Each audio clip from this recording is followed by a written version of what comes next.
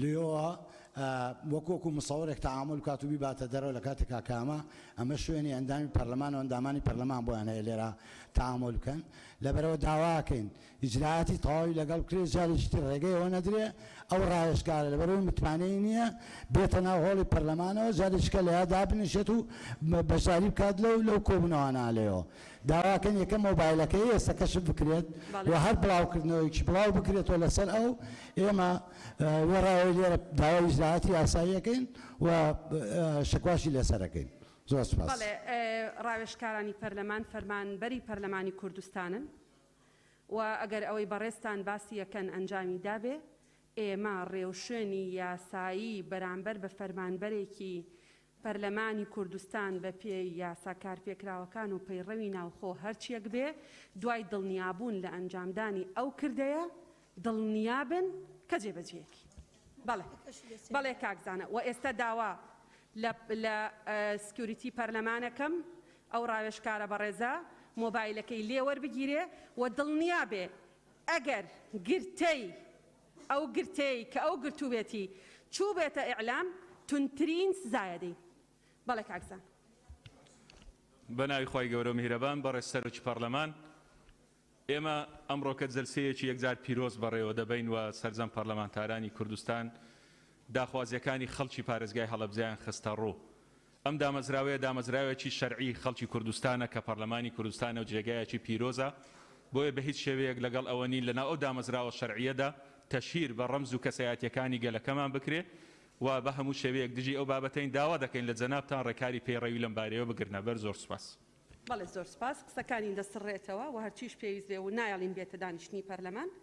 و هەرچیش پێویست بێ ئەیگرینە بەر دڵنیابن. بەڵێ زۆر سپاس. سپاس بۆ هەموو لایەک با دەست بە کۆبوونەوەکەمان بکەینەوە. داوا لە وەزیرە بەڕێزەکان ئەکەین بێنەوە ناو هۆڵی کۆبوونەوە. بەڵێ تەواو. بەڵێ بەڵام ئێمە ڕاوێژکارمان لەوێ داناوە بۆ ئەگەر پێویستمان بە ڕاوێژ بوو بنووسین بۆمان بنووسن یا بۆ ئەندامانی بەڕێزی پەرلەمانی کوردستان بنووسن دامان نەناون لەوێ ناکۆکیەکانی پەرلەمانی کوردستان ببەنە ئیعلام.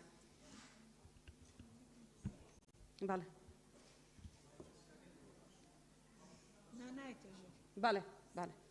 تەواو فەرموون.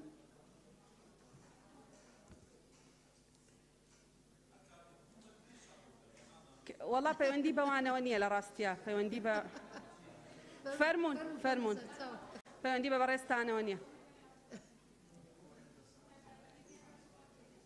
ئەگەر دان بە خۆمانە نەگرین هەموو کۆبوونەوەیەک ئەمە هەیە بەس ئێمە دان بە خۆمان ناگرین لەبەرەوەی زۆربەی جارەکان بەرامبەر بە سەرۆک و سەرۆکایەتی ئێمە گوێ نادەین ئەڵێن موشکیلە نییە بە دڵێکی فراوان وەرێگرین بەس کە دێتە سەر ڕەمزەکانمان ترەوە شتێکی جیاوازە. کاک عوسمان سێدەری فەرموون. کاک عوسمان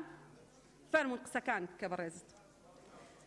داواکەم تۆزی قسەکانتان چڕ بکەنەوە بۆ ئەوەی وەزیرە بەڕێزەکانیش قسەی خۆیان بکەن. بەڕێز سەرۆکی پەرلەمان بە خێراتنێکی گەرمی وەزیرە بەڕێزەکان دەکەین. درود بۆ گیانی پاچی شەهیدانی هەڵەبجە و تێگڕای شەهیدانی میلەتەکەمان. دیارە چەند پێشنیارێکمان هەیە ئێمە دەمانەوێت بخینە ڕوو ئەویش ئەوەیە هەوڵ بدرێت چارەسەری بە پەلەی بریندارانی چیمایی هەڵەبجە و تەواوی شوێنەکانی تریش ئەوانەی کە بەرکەوتەی چیماین بکرێت لەلایەن حکوومەتی هەرێمی کوردستانەوە. و هەروەها پێشنیار دەکەین ئەو وەفتانەی کە دێنە هەرێمی کوردستان سەردانی مێنۆمەنتی ئەنفالی مێنۆمەنتی چیمابارانی هەڵەبجەیان پێ بکرێت و لەوێ بە چاوی خۆیان ئەو کارە ساتیان بۆ باز بکرێت کەوا ڕووی داوە. و هەروەها بۆ کوژرانی بە ناحەقی ڕەشپێسێک لە ئەمریکا زیاتر لە 120 میلیۆن دۆلار تەرخان دەکرێت وەکو خەرەبوو بەڵام لە هەمان کاتدا لە ئێستادا شارێکی وەکو هەڵەبجە کە بە یەک جارێک دەخنچێندرێت و لە ناو دەبرێت و تەواوی شار و شارۆچکەکانی کوردستان ئەلەل ئەکسەری لە ناو دەبرێن بەداخەوە تا ئێستا لەلایەن حکوومەتی ناوەندیەوە هیچ هەنگاوێک نەندراوە بۆ ئەوەی کە خەرەبووی زەرەر و زیانەکان و بنەماڵەی شەهیدەکانیش بکرێتەوانێ. بۆیە من پێشنیار دەکەم وەفتێکی پەرلەمانی کوردستان بۆ ئەم مەبەستە سەردانی بەغداد بکات و لەگەڵ پەرلەمانی حکوومەتی ناوەندی لە بەغداد ئەم بابەتە تاوتۆ بکرێت و هەروەها جەنابی مام جەلالیش یەکێک بووە لەو کەسانەی کەوا بە پەرۆشترین کەس بووە بۆ هەڵەبجە و بۆ تەواوی شار و شارۆچکەکانی کوردستان ئەوانەی کەوا لەگەڵ خاک یەکسان کراون بۆیە جەنابی مام جەلال هەرچی بۆ کراوە بۆ ئاوادانکردنەوەی هەڵەبجە و بۆ خزمەتکردنی ئەو ناوچەیە قسووری نەکردەوە هەموو خەڵکی بە ویژدانی میلەتەکەشمان شاهدی ئەو ڕاستیان بۆیە ئێمە بە پێویستی دەزانین هەڵەبجە گرنگێکی زیاتری پێ بدرێت لەو بوارانەی کە زۆر برادران باسییان کرد لە هەموو ئەو بوارانەی وەکو گەشتگوزار و کشت و کاڵ و هەموو بوارەکانی تر بەڕێز سەرۆکی پەرلەمان بە ناوی خواوەی گەورە و میهرەبانەوە لە یادی 33 ساڵەی قوربانیانی هەڵەبجە سەری ڕێز و نەوازش بۆ گیانی 5,000 شەهیدانی هەڵەبجە و سەرجەم شەهیدانی ڕێگای ڕزگاری کورد و کوردستان دادەنوێنین بەڕێز سەرۆکی پەرلەمان هەمومان قەرزاری هەڵەبجە و هەڵەبجەکانین هەرچەندە من زۆر دژی دروشمی حزبیم هەڵەبجە و خزمەتگوزاری هەڵەبجە بە حزبی بکرێ ئەگەر قەول بێباسی ناو بکرێت لە تەسەور ناکەم کەس بە قەدەر ڕەوانشاد سەرۆک مام جەلال بە خەم و تەنگی هەڵەبجە و هەڵەبجەیەکانەوە نەبوو بێ بە تایبەتی بۆ پارێزگەرابوونی هەڵەبجە بۆیە لەم ڕۆژەدا لە پاڵ شەهیدانی هەڵەبجە سڵاو بۆ ڕوحی پاکی سەرۆک مام جەلال دەنێرم بەڕێزان چەند پێشنیارێکم هەیە یەک پێشنیار دەکەم کە حکوومەتی هەرێمی کوردستان وەکو وەفایەک بۆ شاری هەڵەبجە دەرچوانی زانکۆ و پەیمانگاکانی هەڵەبجە دابمەرزێنێت و هەلی کاری زیاتر بۆ خەڵکی هەڵەبجە بڕەخسێنێت لە هەموو بوارەکاندا دوو پشتگیری لە ڕاکەی کاک عوسمان و هەموو برادران مەکەم و پێشنیارشەکەم کە حکوومەتی هەرێم بە تایبەتی وەزارەتی شەهیدان کە ئەو وەفدانەی دێن بۆ هەرێمی کوردستان ببرێنە مۆنەمێتی هەڵەبجە بۆ ئەوەی لە نزیکەوە ئاگاداری ڕەوشی ئەو وەزعە بن خاڵێکی تر لە پارەی نەوت بنیاتنانی تواناکان لە ساڵی 2013 وەزارەتی سامانە سروشتیەکان بڕی 200 میلیۆن دۆلاری بۆ پرۆژەکانی هەڵەبجە و بڕی 80 میلیۆن دۆلاری بۆ فڕۆکەخانەی دۆک تەرخان کردووە بەڵام بۆ هەڵەبجە هەتاوەکو ئێستا هیچ سەرف نەکراوە پێویستە کەیسی هەڵەبجە بە جینۆساید بکرێ لەبەر ئەوەی ئەگەر بکرێت جنۆسایدی نێودەوڵەتی بناسرێ و حکوومەتی عێراقیش پێویستە ئاوادانکردنەوەی هەڵەبجە و قەرەبووی کەسوکاری شەهیدان و هەڵەبجە لە ئەستۆ بگرێ زۆر سوپاس کاک دابان لێرە نییە کاک کاوە بە ناوی خوای گەورە و مهرەبان سەرەتا سەری ڕێز بۆ گیانی پاچی شەهیدانی هەڵەبجەی شەهید دادەنوێنین هیوای زوو بوونەوە بۆ برینداران دەخوازین بەڕاستی بەشێکی زۆر یان نەتوانم بڵێم سەرجەم داواکاری خۆپشاندەران ئەفەن داواکاری خەڵکی هەڵەبجە گەیەندرایە پەرلەمانی کوردستان و هاوڕێیانم باسی کرد بەڵام ئەوەی کەوا گرنگە من جارێشتر دووپات یەکەمەوە ئەویش ئەوەیە کە ئەو پەندە کوردیە دووبارە دەڵێمەوە کە دەڵێ 1000 گفتار یەک کردار ناهێنێ ئەگەر ئێمە تا ئێوارش قسە بکەین ئەگەر نەیکەینە عەمەلی ئەگەر نەیکەینە بە شێوەیەکی کردداری بەڕاستی هیچ ئیسفادەی نییە چونکە 30 ساڵە خەڵکی هەڵەبجە گوێ دەگرن لە وتاری بریقەدار و بەڵێنی بێکردار بۆیە ئێستا کاتی جێبەجێکردنی کردارەکانە ئێستا ستافێکی گەورەی ئەنجومەنی وەزیران لێرەیەکە جیهەتی تەنفیزین و پەرلەمانش وەکو باڵاترین دەسەڵات مەرجەعی سیاسی و یاسایی لە هەرێمی کوردستان مافی ئەوەی هەیە کە چاودێری حکوومەت بکە با لەم کۆبوونەوەیە کۆی داواکاری خەڵکی هەڵەبجە لەلایەن حکوومەتەوە بکرێت بە بڕیار و ئێمەش وەکو پەرلەمان چاودێری بڕیارەکان دەکەین بۆ ئەوەی بزانین لە ماوەی ئەم ساڵ حکوومەت دەتوانێت تا چەند ئەم بڕیارانە جێبەجێ بکات بەڕاستی لە پاڵ هەڵەبجە دەمەوێت ئەوە بڵێم کە شێخوەسانان و بالیستان و دۆڵی خۆشناوەتی و دۆڵی مەلەکان یەکەم شوێن بوون لە هەرێمی کوردستان لە 16 چاری 1970 چیمیاباران کران بەداخەوە ئەو ناوچانەش زۆر بێنازن و زۆر بێخزمەتگوزارین و بە هیچ شێوێک ئاوڕیان لێ نەدراوەتەوە بۆیە گرنگە پەرلەمان و حکوومەت کە لە مانگێشتر یادی ئەوانیشە ئەم شوێنانەشی لەبیر بێ بەڕاستی هەڵەبجە بەناو پارێزگایە بەڵام بەداخەوە حسابی قەزایەکی بۆکرێت کاکتۆر عوسمان قسە دەکەی بەڵێ فەرموو وەڵاهی هەستەیەک مابوو زۆر سپاس زۆر سپاس فەرموو کاکتۆر عوسمان بە ناوی خوای بەخشندەی میهرەبان بەڕێز سەرۆکی پەرلەمان وێ ڕای بەخێر هاتنی گەرمم بۆ ستافی تیمی حکومی بەخێر بە سەرچاومان دەمەوێت لێرە دوعا و نزای خۆمان بەرزکەینەوە بۆ خوای ڕەب العالەمین بۆ شادبوونی ڕوحی شەهیدانمان بەگشتی و هەڵەبجە بە تایبەتی بە فیردەوسی ئەعلا خوای گەورە سەبەبکارانی بداتە محکەمەی دنیا و قیامەت حەز دەکەم دڵسۆزانە لە خزمەتتان بدوێم بۆەوەی کەوە پاش 33 ساڵ ئەو زوڵمە گەورەی کەوە لەلایەن ڕژێمێکی درڕندەوە کرا بەداخەوە تا ئێستا سکاڵا و شەکوا و داواکاری شەقامێک و شۆستەیەک و بنکەیەش تەندروستی و قوتابخانەیەک بەڕاستی ئەوە ئەو پەڕی بێ ئومێدی و بێهیوایی ئەو گەلەیە بەو حکوومەتە بەداخەوە ئەوەی ئێمەی کۆکردوێتەوە تەنها نەوێکردنی سەری ڕێز و نەوازشە بۆ شەهیدەکان ئەگەر ئەوەش پارەی تێچوو بە حکوومەتی هەرێم بەڕاستی پاشەکەوتی دەکرد بۆیە من دەبینم ئەوەی کە لە تیمی حکومیدایە ئەو فراکسیۆنی سەر بە حکوومەتە هەمووی هەر سکاڵا و شەکوا و ناڕەزایی دەردەبڕێ ئەی دەبێ و خەڵکی کە لە هەڵەبجەی دانیشتووە کەسی کوژراوە کوڕی کوژراوە شەهیدی هەیە دەبێ ئەوان داوایەکیان هەبێ لە ئێمە چاوەڕانیان هەبێ بۆیە من لێرە داوا دەکەم لەو تیمە بەڕێزە بەبێ بڕیارێکی یەکلایی هەڵنەستن زۆر سپاس بۆ هەمولایە سپاس کاک مەلا جیهاد بله بناو خدای مازن و دلوان برای سروکا پارلمانی مالا جیهاد دوسکی دوی روزانه دا همسر ریز و نوازش بو شهیدت حلبچه و همی شهیدت کردستان جمینین یادیاره که حلبچه برینه که گله که کیره لشه هر کردکی و همی کردستانیا و دنگ مظلومیت گله کرده و دیسا نشان درنداتیا دجمنت گله مایه والله طبعا براتا 56 پارلمانتار باغ و لوانه چتشتو صابو مروی نمینید بس از تشتگی بیرا همیا این موضوع خوشکو برایت خو 59 ولایت اسلامی قلب ده دولت دموکراتی کسی که خلمنه کرا خودان سراوی افکار هنه هوانه او بسر ولایت مهاتی ایزن اگه امجی افریکاوید گهینید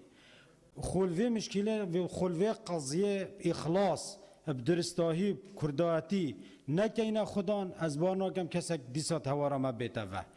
قد نینر حلب جنینه و نینر چه کردستانیا جنینه یک کار بکد بود اقدان اتفاق مالا کردی ابدا فاز دیجاره که دی بیش و داخواست کم ام همی هاری کار بین گل حکومت آخو نه رش بین نه ناکر جمیل بین افروکه اف وزیر تنه و تیم حکومت و سروک حکومت و جگیری وی کش مجی بلا خوب مخلصتر جی پوانا ندانید احتمال اف وزیر تنه باغفن دیش ما پتر پیشنیا را بیجن دیش ما پتر بحثی خدمتا حلب چکن لما منفت گلک درش کم هر اوابون آخفند منو زور سپاس بله زور سپاس کاک ریوینگ بناو خودی برای سرک و پارلمانیست سپاس بو حاضر بودن تیم حکومتی که هن چند جارتین ناف مدام مخابن هنده جاجی احتمال آلوزی درد کردن بله و تحمل مکر صلاة الرئيس بوجيان پاک شهیدین کارسات حلبچه و توایا شهیدین کردستانی بخو حلبچه بویا سمبولک یا مقدوری و مظلومیت گل کرد و قتل عام گل کردستانی حلبچه وکر کو بالا خلق جهان بوسر کردستان راکش و حلبچه همی پارچه کردستان ده همی بیرو باوردا گرنه یک دنگ شبر هنده گره که ام کرد خود ناو خدا آن کردستانیت ناو خدا ام پیگ بین و یک دنگ و یک دست بین بوندن بشین مقدوری خلق خواه بگینین دنگ ملگل دنگ که کیویدار وان حوالن گوتی که ام جلک موافق مال دف حکمت مرکزی هنه دوید حکمت هرم کردستان دسته که راست بیرد و حقوق نفس کردستان الدوف مافی خلق کردستان بچن وبکنه کارتا که فشار سر حکمت بغدادی که جرک قربویا یا خلق حلب چو بادینان و بالیسان و گرمیان و جهد نیتری بینه کرن چون که از پاپش مرگای بون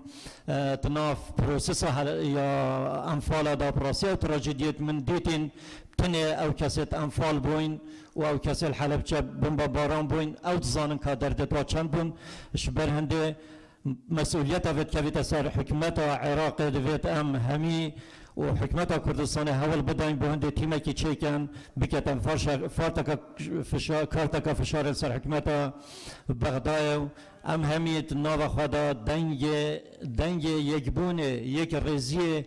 روجا آشتي دا حلب بويا سنبول آشتي ام بويا پایتخت آشتي بل مخابن حتى ام دانستاندنت نوفا برلمان دا چتكين امنا كوكيل سر چتكين حلب بويا جه ململانا حزبياتي دا خازش حكمة هرم كردستان جتكين كود برنامه كاروان دانا دا صلاة شور كان نوفا باريزگاه و نوفا قضا و نوفا ریوبرین سر بخواه وصاجیت نوفا حلب جدیدا دست حالات خواب درستاهی ور بگیرن و ام همی بلا پشتوان حکمت خوابین با هنده ام بشین در حق خاصه که خلق خواب ام بشین بر سوا وان سپاس بو برز حسیبه خان بناوی خواهی گوره و مهربان سڵاوی خۆراگری و سەربەرزی بۆ خەڵک و خاکی هەڵەبجەی شەهید و درود بۆ گیانی پاکی شەهیدانی هەڵەبجە و تەواوی شەهیدانی کوردستان. بەڕێز سەرۆکی پەرلەمان وێرای دەستخۆشیمان بۆ هەوڵ و بڕیارەکانی بەڕێز جەنابی سەرۆکی ئەنجومەنی وەزیران و جێبەجێکردنی چەندین پرۆژەی خزمەتگوزاری لە داهاتوودا لە پارێزگای هەڵەبجە کە لە گرنگترینیان پرۆژەی ستراتیجی پردی توقوتە کە پرۆژەیەکی ستراتیجیە و لە ڕێگەیەوە کارئاسانکاریەکی زۆر لە نێوان پارێزگای هەڵەبجە و گەرمیانەوە دەکرێت. هەروەها لە سێمین ساڵیادی کارەساتی هەڵەبجە ئامادەبوونی تیمی حکوومەت گەواهیدەری ئەو ڕاستەیە کە حکوومەتی هەرێمی کوردستان دەیەوێت گوێڕایەڵی پێشنیاری پەرلەمانتارەکان بێت بۆ ئەوەی لە داهاتوودا چی پێویستە بۆ پارێزگای هەڵەبجە ئەنجامی بدات. لە هەمان کاتیشدا خەمساردی حکوومەتی فیدراڵ دوای تێپەڕبوونی 33 ساڵ بەسەر کارەساتی کیمیابارانکردنی هەڵەبجە جێگەی هەڵوەستە وەرگرتنە. لە ڕووی پابەند نەبوونی حکوومەتی فیدراڵ بە بنەماکانی دەستور و یاسا و سزانەدانی تاوانکاران و تاوانباران و قەرەبوونەکردنەوەی کە سوکاری سەربڵندی شەهیدانی هەڵەبجە کە پاش پێکهێنانی دادگای تاوانکاری عێراق لە ساڵی 2005 و یاسای ژمارەدا 4 کەیسی کورد بە دانیشتنی تایبەت بە جینوسایەت ناسێنران و لەگەڵ ناسانەکەشدا بریاری قەرەبۆکردنەوەی کەوتە سەر ئەستۆی حکوومەتی فیدراڵ. بەو پێی کە حکوومەتی نوێی عێراق میراتگر و شوێنگرەوەی ڕژێمی بەحسی ڕووخاوە پێویستە پابەندی بنەمای یاسا و دەستور بێت. هەر بۆ ئەم مەبەستەش داوا لە تەواوی فراکسیۆنە کوردستانیەکان دەکەم کە بگەڕێنەوە بۆ ئینتیمای نیشتیمانی و پێکەوە کار بکەن و فشاری زیاتر بخەنە سەر حکوومەتی فیدراڵ و پابەندکردنیان یەک هەستەی کەم مایە دکتۆرە بۆ پابەندکردنیان بە شەراکەتی ڕاستەقینە و ڕێزگرتن لە بنەماکانی دەستور و یاساکان و مافی مرۆڤ و زۆر سوپاس. زۆر سپاس. کاک حاجی سەفی. بە ناوی خودای گەورە بەڕێز سەرۆکی پەرلەمان پێشەکی بە خێراتنی شاندی حکوومەت دەکەم. سەری نەوازش بۆ شەهیدانی هەڵەبجە و شەهیدانی کوردستان دەنوێنین. هەڵەبجە ڕوکنی ئاساسی گەشت و گوزارە سروشتیەکانە، شوێنی ئاین و دینیەکانە، یەکێکە لە مەرکەزەکانی جینۆسایی تایبەتمەندێکی تر لە ڕووی کشتتوکاڵیەوە. هەڵەبجە دەلائیلی زانستی سەلمێنراوە کە لە دوای دەشتی شارەزور دووەم دەشتی بەپیتە لە ناوچەکەدا. بەڵام پرسیار ئەوەیە لێرە ئایا خەڵکی هەڵەبجە جگەلەوەی قوربانی داوە لە ڕووی کشتتوکاڵیەوە توانیوێتی بژێوی ژیانی خۆی یان کردی کشتتوکاڵی لە کوردستان ببژێنێتەوە. لە شەستەکان هەڵەبجە بووە لە ڕووی کەلتوری و لە ڕووی ڕۆشنبیریەوە لە ڕووی هونەری و ئەدەبیەوە پەخشی داهێنانەکانی خۆی کردووە بۆ ناوچەکانی تر. شارەکانی تر سوودیان لێ وەرگرتووە. هەڵەبجە تووشی قوربانی و مەعساتێکی زۆر هاتووە. ئەرچی حکوومەتی هەرێمی کوردستانە نازی خەڵکی هەڵەبجە هەڵبگرێ و بەدەم داخوازیەکانەوە بچێتن. لە کۆتاییدا دەستخۆشی لە حکوومەتی هەرێمی کوردستان دەکەم بۆ ئەم بڕە بجەیە کە تەرخانی کردبوو ئەمساڵ بۆ خزمەتکردنی شاری هەڵەبجە. ئومێدەوارین لە داهاتوودا زیاتر خزمەت بە هەڵەبجە بکرێتن و زۆریش باس کرا لەسەر ئەو بابەتی خزمەتکردن و کەم و کوڕیەکانی هەڵەبجە داخوازی دەکەین لە داهاتوودا زیاتر خزمەت بە شاری هەڵەبجە بکرێتن. زۆر سوپاس. زۆر سپاس. هەڵەسخان. ناوی خودی مازن و دلوان برای سروکا پرلمانی بخیراتنا مهوان برایست کم. سرارای پشگیریا من بو زوربای خالد راپورت لجنه تایبت مند لیمن هندک تیبینی دیترت هین هندک پیشینیار سالانا رجای که هر باش در چویت ایکمین سر اصل کردستان خلق یعنی بیشین آکنجیت باجیر حلب چپ خوب خونه بر هنده اف قطابیت هن چارد بن جبر نبونا گلک کلیجا الوی باجیری نچارد بن سرارای قیرانا دارایی بین باجیرن دیتر بر هنده دخواست کم کو بشن دیتر یان کلیجن دیتر الزانکویا حلب چا بین دامزراندم تایبتی کلیجا پزیشکی چونکه قطابیت و دوره قطابیت بهرمندن سبارت میلاکات وزارت پرورده خوزی افریقا وزیر پرورده جی آماده با لی از پشراسم برزت آماده دیگه هینه میلاکات توانه گله کیمن سرارای هندی میلاکی کیمه لی او ریجت اوت اینن البکالوریای برسترین ریجن سرانسری هر چهار پارزگاه دهوکیت کردستانه پی تی وی دامزراندن هنه دامزراندن جی تیت داناتن اکید پلانه که بر هندی داخازت کم ریجه که زورتر بو پارزگاه حلب چابت دست نشان کرن میلاکات باشتر بانه بین داناتن تانو آواکرنا قطابخانه و باغچه پشتی 30 سالت حکمرانیه بشکل زور استوی خیرخازان دابویه بر هنده افریقا پی تی وی نوجن کرنا قطابخانه کو 32 قطابخانه نوکل سنوره پارزگاه حلب چا پی تی وی نوجن کرنینه حتی نکناتینا نوجن کرن 24 قطابخانه تازه بهنا آواکرن تانو نهاتینا آواکرن 8 بینای قطابخانه یتهاتینا آواکرن و هلاین نیف تمام آیا حکومت نشیدن تمام یک بدتی اوان بینایت هنه آوا بکتن من بسیاره که های بو وزیر شاروانی اگر مجال هبتن 208 ماموستا سال 2005 امر بوانه در چوه کو قطعه زوی ورگرتن باجره حلبچه تانوه 16 سال تیپارین هشتا تنحبر على الورقة النظام يعني دي اف اريشانه چا اتا چاره کرنو زور ممنونم. بله زور سپاس برزان اندامانی پارلمان برزان اندامانی لیژنەکان و سەرۆکی لیژنەکانەوە هەشتاویەک ئەندامی پەرلەمان لەم هۆڵە قسەی کردووە ئێستا دەرفە دەدەین بە بەڕێزان لە حکوومەتی کاک شێخ زاید بەڵێ بەڵێ ڕاستەکەی بەڵێ داڵ فەرموو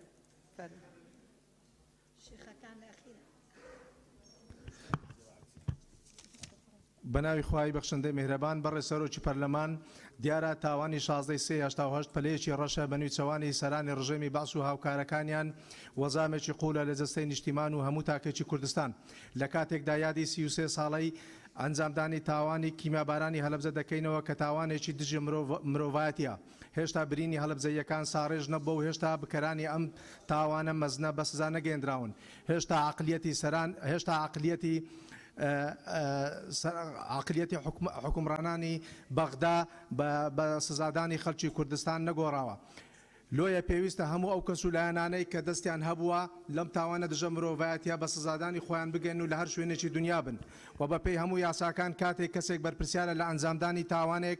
دەبێت ئەو کەسە سزا بدرێت و دادسزای ئەوەی تاوانێکی دژە مرۆڤایەتی بێت بۆیە هەموو ئەوانەی کە دەستیان هەبووە و هاوکاری ڕژێم بوون لە ئەنجامدانی ئەم تاوانە دەبێت سزای تاوانی کۆمەڵکوژی بدرێن و ناچار بکرێن بە تەعویزکردنەوە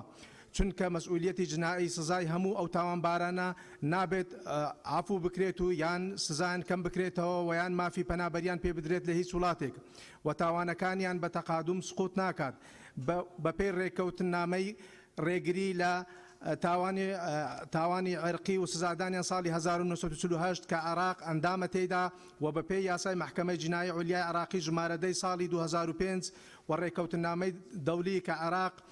بصادقەی کردووە و بەپێی قانونی عقوباتی عێراقی ژمارە 111 ساڵی 69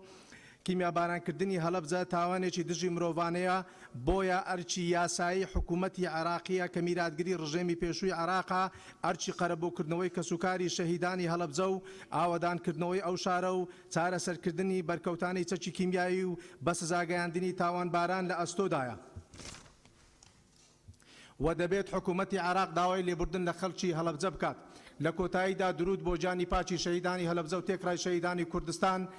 و داوای چاکبوونەوە بۆ بەرکەوتانی چەکی کیمیایی دەکەم بە هیوای خزمەتکردنێکی زیاتری شاری هەڵەبجە لە هەموو ڕێکەوە زۆر سپاس. زۆر سپاس بەڕێزان ئەندامانی پەرلەمان ئاماژە بە مادەی 57 لە پێی ڕێی ناوخۆی پەرلەمانی کوردستان لەبەرەوەی پەرلەمانتار شیرین ئەمین بووەتە هۆی تێکدانی کەشی دانیشتنەکە بە پێی ئەو دەسەڵاتی کە لە بڕگەی چوارمی مادەی 57 پێمان دراوە بێبەشمان کردووە لە دانیشتنەکە تا کۆتاییم دانیشتنە ناتوانێت بێتە ژوورەوە.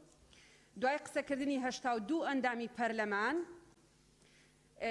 لەسەر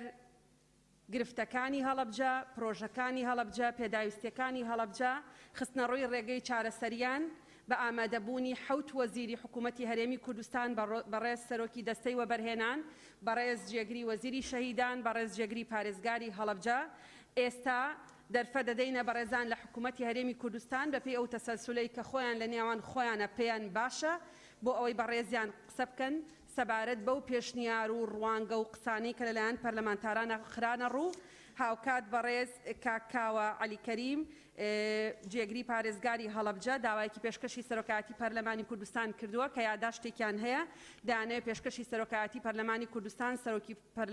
سەرۆکی فراکسیۆنەکانی پەرلەمانی کوردستان بەڕێزان لە حکوومەتی هەرێمی کوردستان بکەن ئامادەبووانی ئەم دانیشتنە دەرفەتیان دەدەینێت تاوەکو وەزیرە بەڕێزەکان قسەی خۆیانەکەن ئەوان یادداشتەکەیان دابەش بکەن. زۆر سپاس فەرموون بەڕێزان. هەر بەڕێزێک ئێوێ دەست پێ بکە فەرموون. بەڕێز سەرۆکی پەرلەمان، بەڕێزان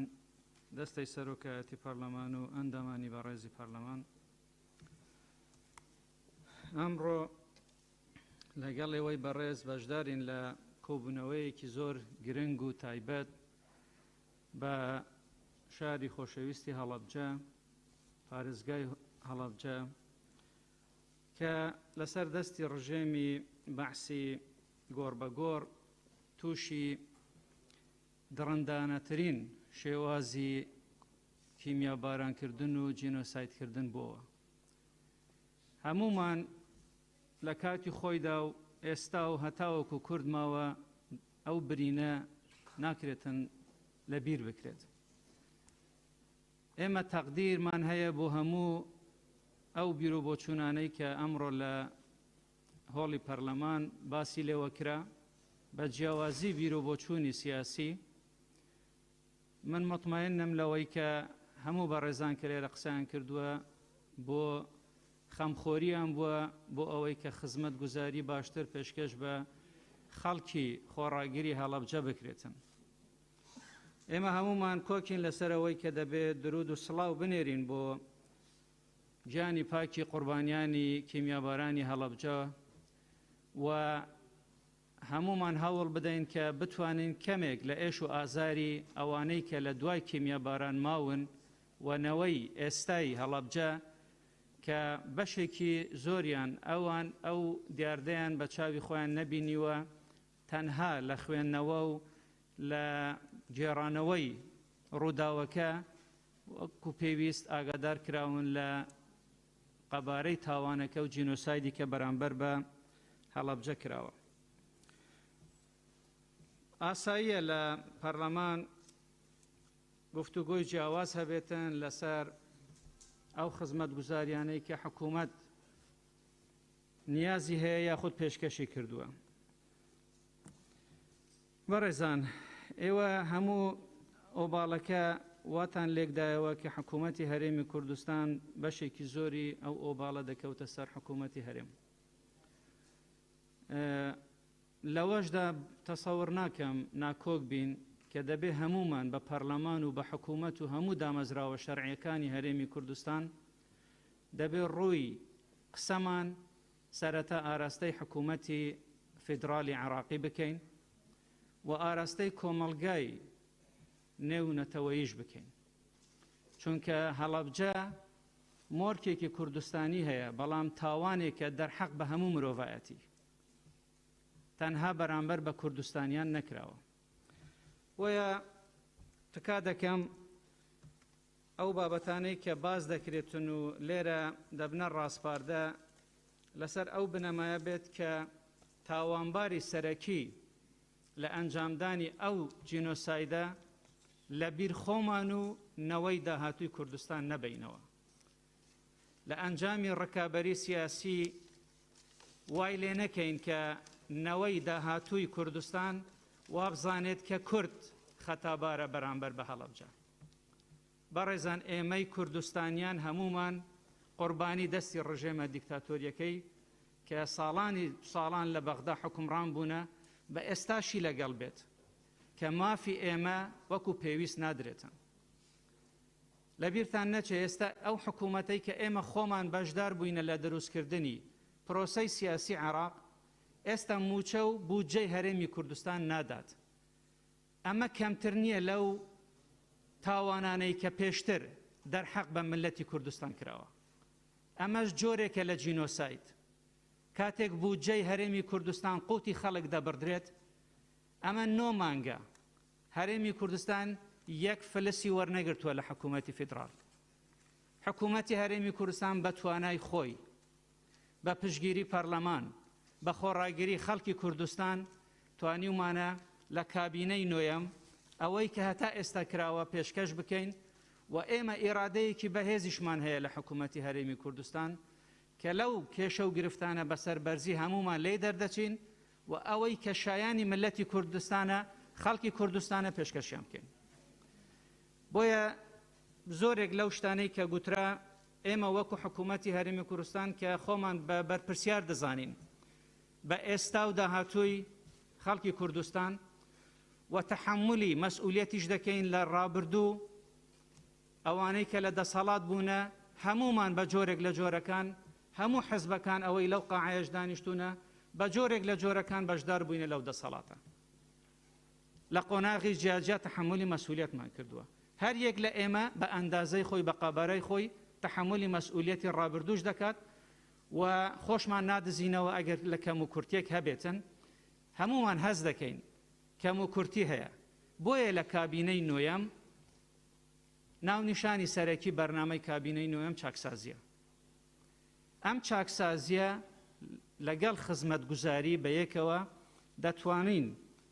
هەم ڕێز لە خەڵکی خۆمان بگرین، هەم ئەو کەم و کورتەی کە هەیە لە ناوچەکانی وەکو هەڵەبجە و شوێنەهای تریش دەتوانین بەو چاکسازیە ئەو بۆشایانە پڕ بکەینەوە. لێرەوە جێی خۆیەتی کە داوا لە هەموو لایەنە سیاسیەکان لە هەموو خەڵکی کوردستان بکەین پشگیری لە بەرنامەی حکوومەتی هەرێمی کوردستان بکەن لە چاکسازی. بە فعلی پشگیری بکەن، نەک لەسەر کاغەز.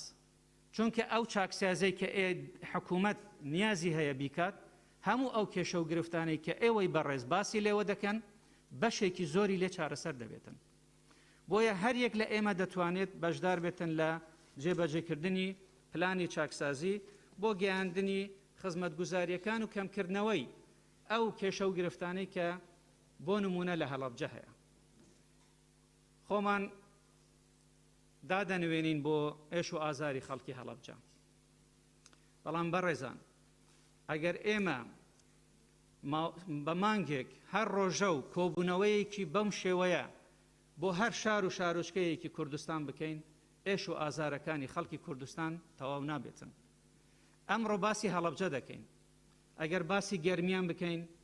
باسی پرۆسەی ئەنفالی بەدناو بکەین کە لە سێ قۆناغی زۆر تند و تیژ بەرامبەر بە خەڵکی گەرمیان و خۆشناوەتی و دۆڵی جافایەتی و بادینان و هەولێر و دەشتی هەموو بەشەکانی کوردستان بکەین، بەس باسی ئەنفال ڕەنگە کۆبوونەوەیەک بە هەفتەیەک تەواو نەبێتن. ئەگەر باسی جینۆسایدی بارزانیەکان بکەین بە هەمان شێوە، باسی جینۆسایدی فەیلیەکان بکەین بە هەمان شێوە، باسی جینۆسایدی برا کریستیانەکان بکەین بە هەمان شێوە، برا تورکمانەکانمان بە هەمان شێوە، هەمومان قوربانی دەستی ڕژێمێکین. تکام وایە با کێشە سیاسیەکانمان وامان لێ نەکە تاوانباری سەرەکی لە بیرمان بچێتەوە. ئێمە هەمومان قوربانین. یەکێک زۆر جوان باسی کرد، یەکێک لە بەڕێزان وتی ئەو ملەتانەی کە تووشی جینۆساید دەبن دائیمەن هەز دەکەن، حەزیش دەکەن هەر بە قوربانی بمێننەوە. ئێمە دەبێت لەو قۆناغە دەربچین، دەبێت بگەینە قۆناغی بیناکردن. دەستکەوتەکانی هەرێمی کوردستان لە 91ەوە تا ئێستا هەمومان لێرە بە جیاوازی بیرۆڕای سیاسی تێدا بەشدارین ئێمە ناڵێن دەستکەوتی فلان حزب و فلانە حزبە هەمومان تێدا شەریکین بۆچی بێڕێزی دەکەین بۆچی بە چاوی کەم سەیری دەکەین ئەوەی کە کراوە کەم نییە ئێوە سەیری واقعی کوردستان و دەوروبەری کوردستان بکەن ئێمە لە چه بارودۆخێک گەیشتینێتە ئەمڕۆ ئایا ئەوەی کە ئێستا لە هەڵەبجە هەیە خراپترە لە ئەوەی دوای کیمیاباران بە تاکید وان نییە ئێمە بڕیارمان داوە لەو پەرلەمانە هەڵەبجە بۆ بە پارێزگا بەڵێ کەم و کورتی هەیە نەبووتە پارێزگایەکی تەواو ڕاستە ئێمەش دان بەوەدا دەنین هەمووشمان کۆکین لەوەی دەبێت کار بکەین بۆ ئەوەی هەڵەبجە ببێتە پارێزگایەک وەکو سولەیمانی و هەولێر و دوهۆک بەڵام ئەوەی کە کراوە لە چوارچێوەی توانەکانی هەرێمی کوردستان بە تەسەووری ئێمە شتێکی باش کراوە بڕیاری بە پارێزگابوون لە 2014-2015 دراوە کەوتە بواری جێبەجێکردن ئێمە لە هەرێمی کوردستان بڕیارمان داوە بەشی هەرە زۆری کێشەکانی هەڵەبجە ئەوەیە کە عێراق ئێستاش حازر نییە دان بە پارێزگاربوونی هەڵەبجە بنێت بەشێکی زۆری دامەزراوەکانی پارێزگا نەکەوتونەتە سەر ئیشکردن لەبەرەوەی حکوومەتی بەغدا ئامادە نییە ئەم بڕیارە جێبەجێ بکات بودجە تەرخان بکات بۆ هەڵەبجە باسی سنوورەکانتان کرد ئێمە لە سنوورەکانی هەرێمی کوردستان ئەوانەی کە فەرمین و ئەوانەی نیمچە فەرمین و ئەوانەی کە بە شێوازی جیاوازیش ئیدارە دەکرێت ئێمە لەگەڵ حکوومەتی فیدرال کێشەمان هەیە لەسەری ئەوان دەستەیەکیان دروست کردووە دەستەی دەواازە سنووریەکان بەدەر لە دەستور بەدەر لە یاسا هەموو دەسەڵاتیان گەڕاندۆتەوە لای خۆیان ئێمە لە حکوومەتی هەرێمی کوردستان هەر لە یەکەم کۆبوونەوە کە لە ئەنجومەنی وەزیران کرا و دواتر چوینە بەغدا بەڕێزان یەکێک لە خاڵەکان ئەوە بووە داواکاری قەرەبووکردنەوەی خەڵکی کوردستان بە شێوەیەکی گشتی شاندی هەرێمی کوردستان خستێ بەردەستی سەرۆک وەزیرانی عێراق و ئەنجومەنی وەزیران داوامان کرد 380 ملیار دۆلار قەرەبووی خەڵکی کوردستان بکرێتەوە لە نێو ئەوە هەڵەبجەشی تێدایە ئەنفالیش تێدایە فەیلیش تێدایە بارزانیەکانی تێدایە هەموو ئەو پرۆسە بەدناوانەی کە بەرامبەر بە کوردستان کراون ئێمە لەو کابینەیە لە هەر شاندێک لە بەغدا بۆ بودجەش چوبن باسی ئەو مەینەتیانە کراوە بۆ موچە چوبن هەر شاندێکی ئێمە چوبێتە بەغدا باسی کردووە ئێمە کێشەی زۆر گەورەمان هەیە لە حکوومەتی هەرێمی کوردستان لەگەڵ بەغدا کە ئاسەواری ڕنگدانەوەی ئەو کێشانە لە ناوخۆی کوردستانە ئێمە ناتوانین وەکو پێویست خزمەتگوزاری پێشکەشی بە خەڵکی خۆمان بکەین بەڵێ لەبەرەوەی موچە و بودجەی ئێمە لە عێراق 9 مانگە نادرێت لە ساڵی 2014ەوە بودجەی هەرێمی کوردستان بڕاوە بەڕێزان خۆتان شاهیدن چەند ساڵ موچە چارەگە موچە و نیو موچە و سێ چارەگی موچە دراوە لەبەرەوەی نەکە حکوومەتی هەرێمی کوردستان حەزی لێ نییە موچە بدات حەزی لێ نییە خزمەتگوزاری پێشکەش بکات لەبەر ئەوەیە کە توانەکانی ئێمە سنووردارن حکوومەتی فیدرال سزای ئێمە دەدات سزای خەڵکی کوردستان دەدات دەبێت خەڵکی کوردستان بڕژێنە سەر شەقامەکان دەنگیان ڕوبەڕووی بەغدا بکەنەوە نەوەک ڕوبەڕووی حکوومەتی هەرێمی کوردستان ئەگەر لایەنێک هەیە تاوانبارە بێ ڕوبەڕووی بەغدا بکرێتەوە ئەمەش جۆرێکە لە جینۆسایدکردنی خەڵکی کوردستان و ئێمە ئەوەشمان بە بەغدا گوتووە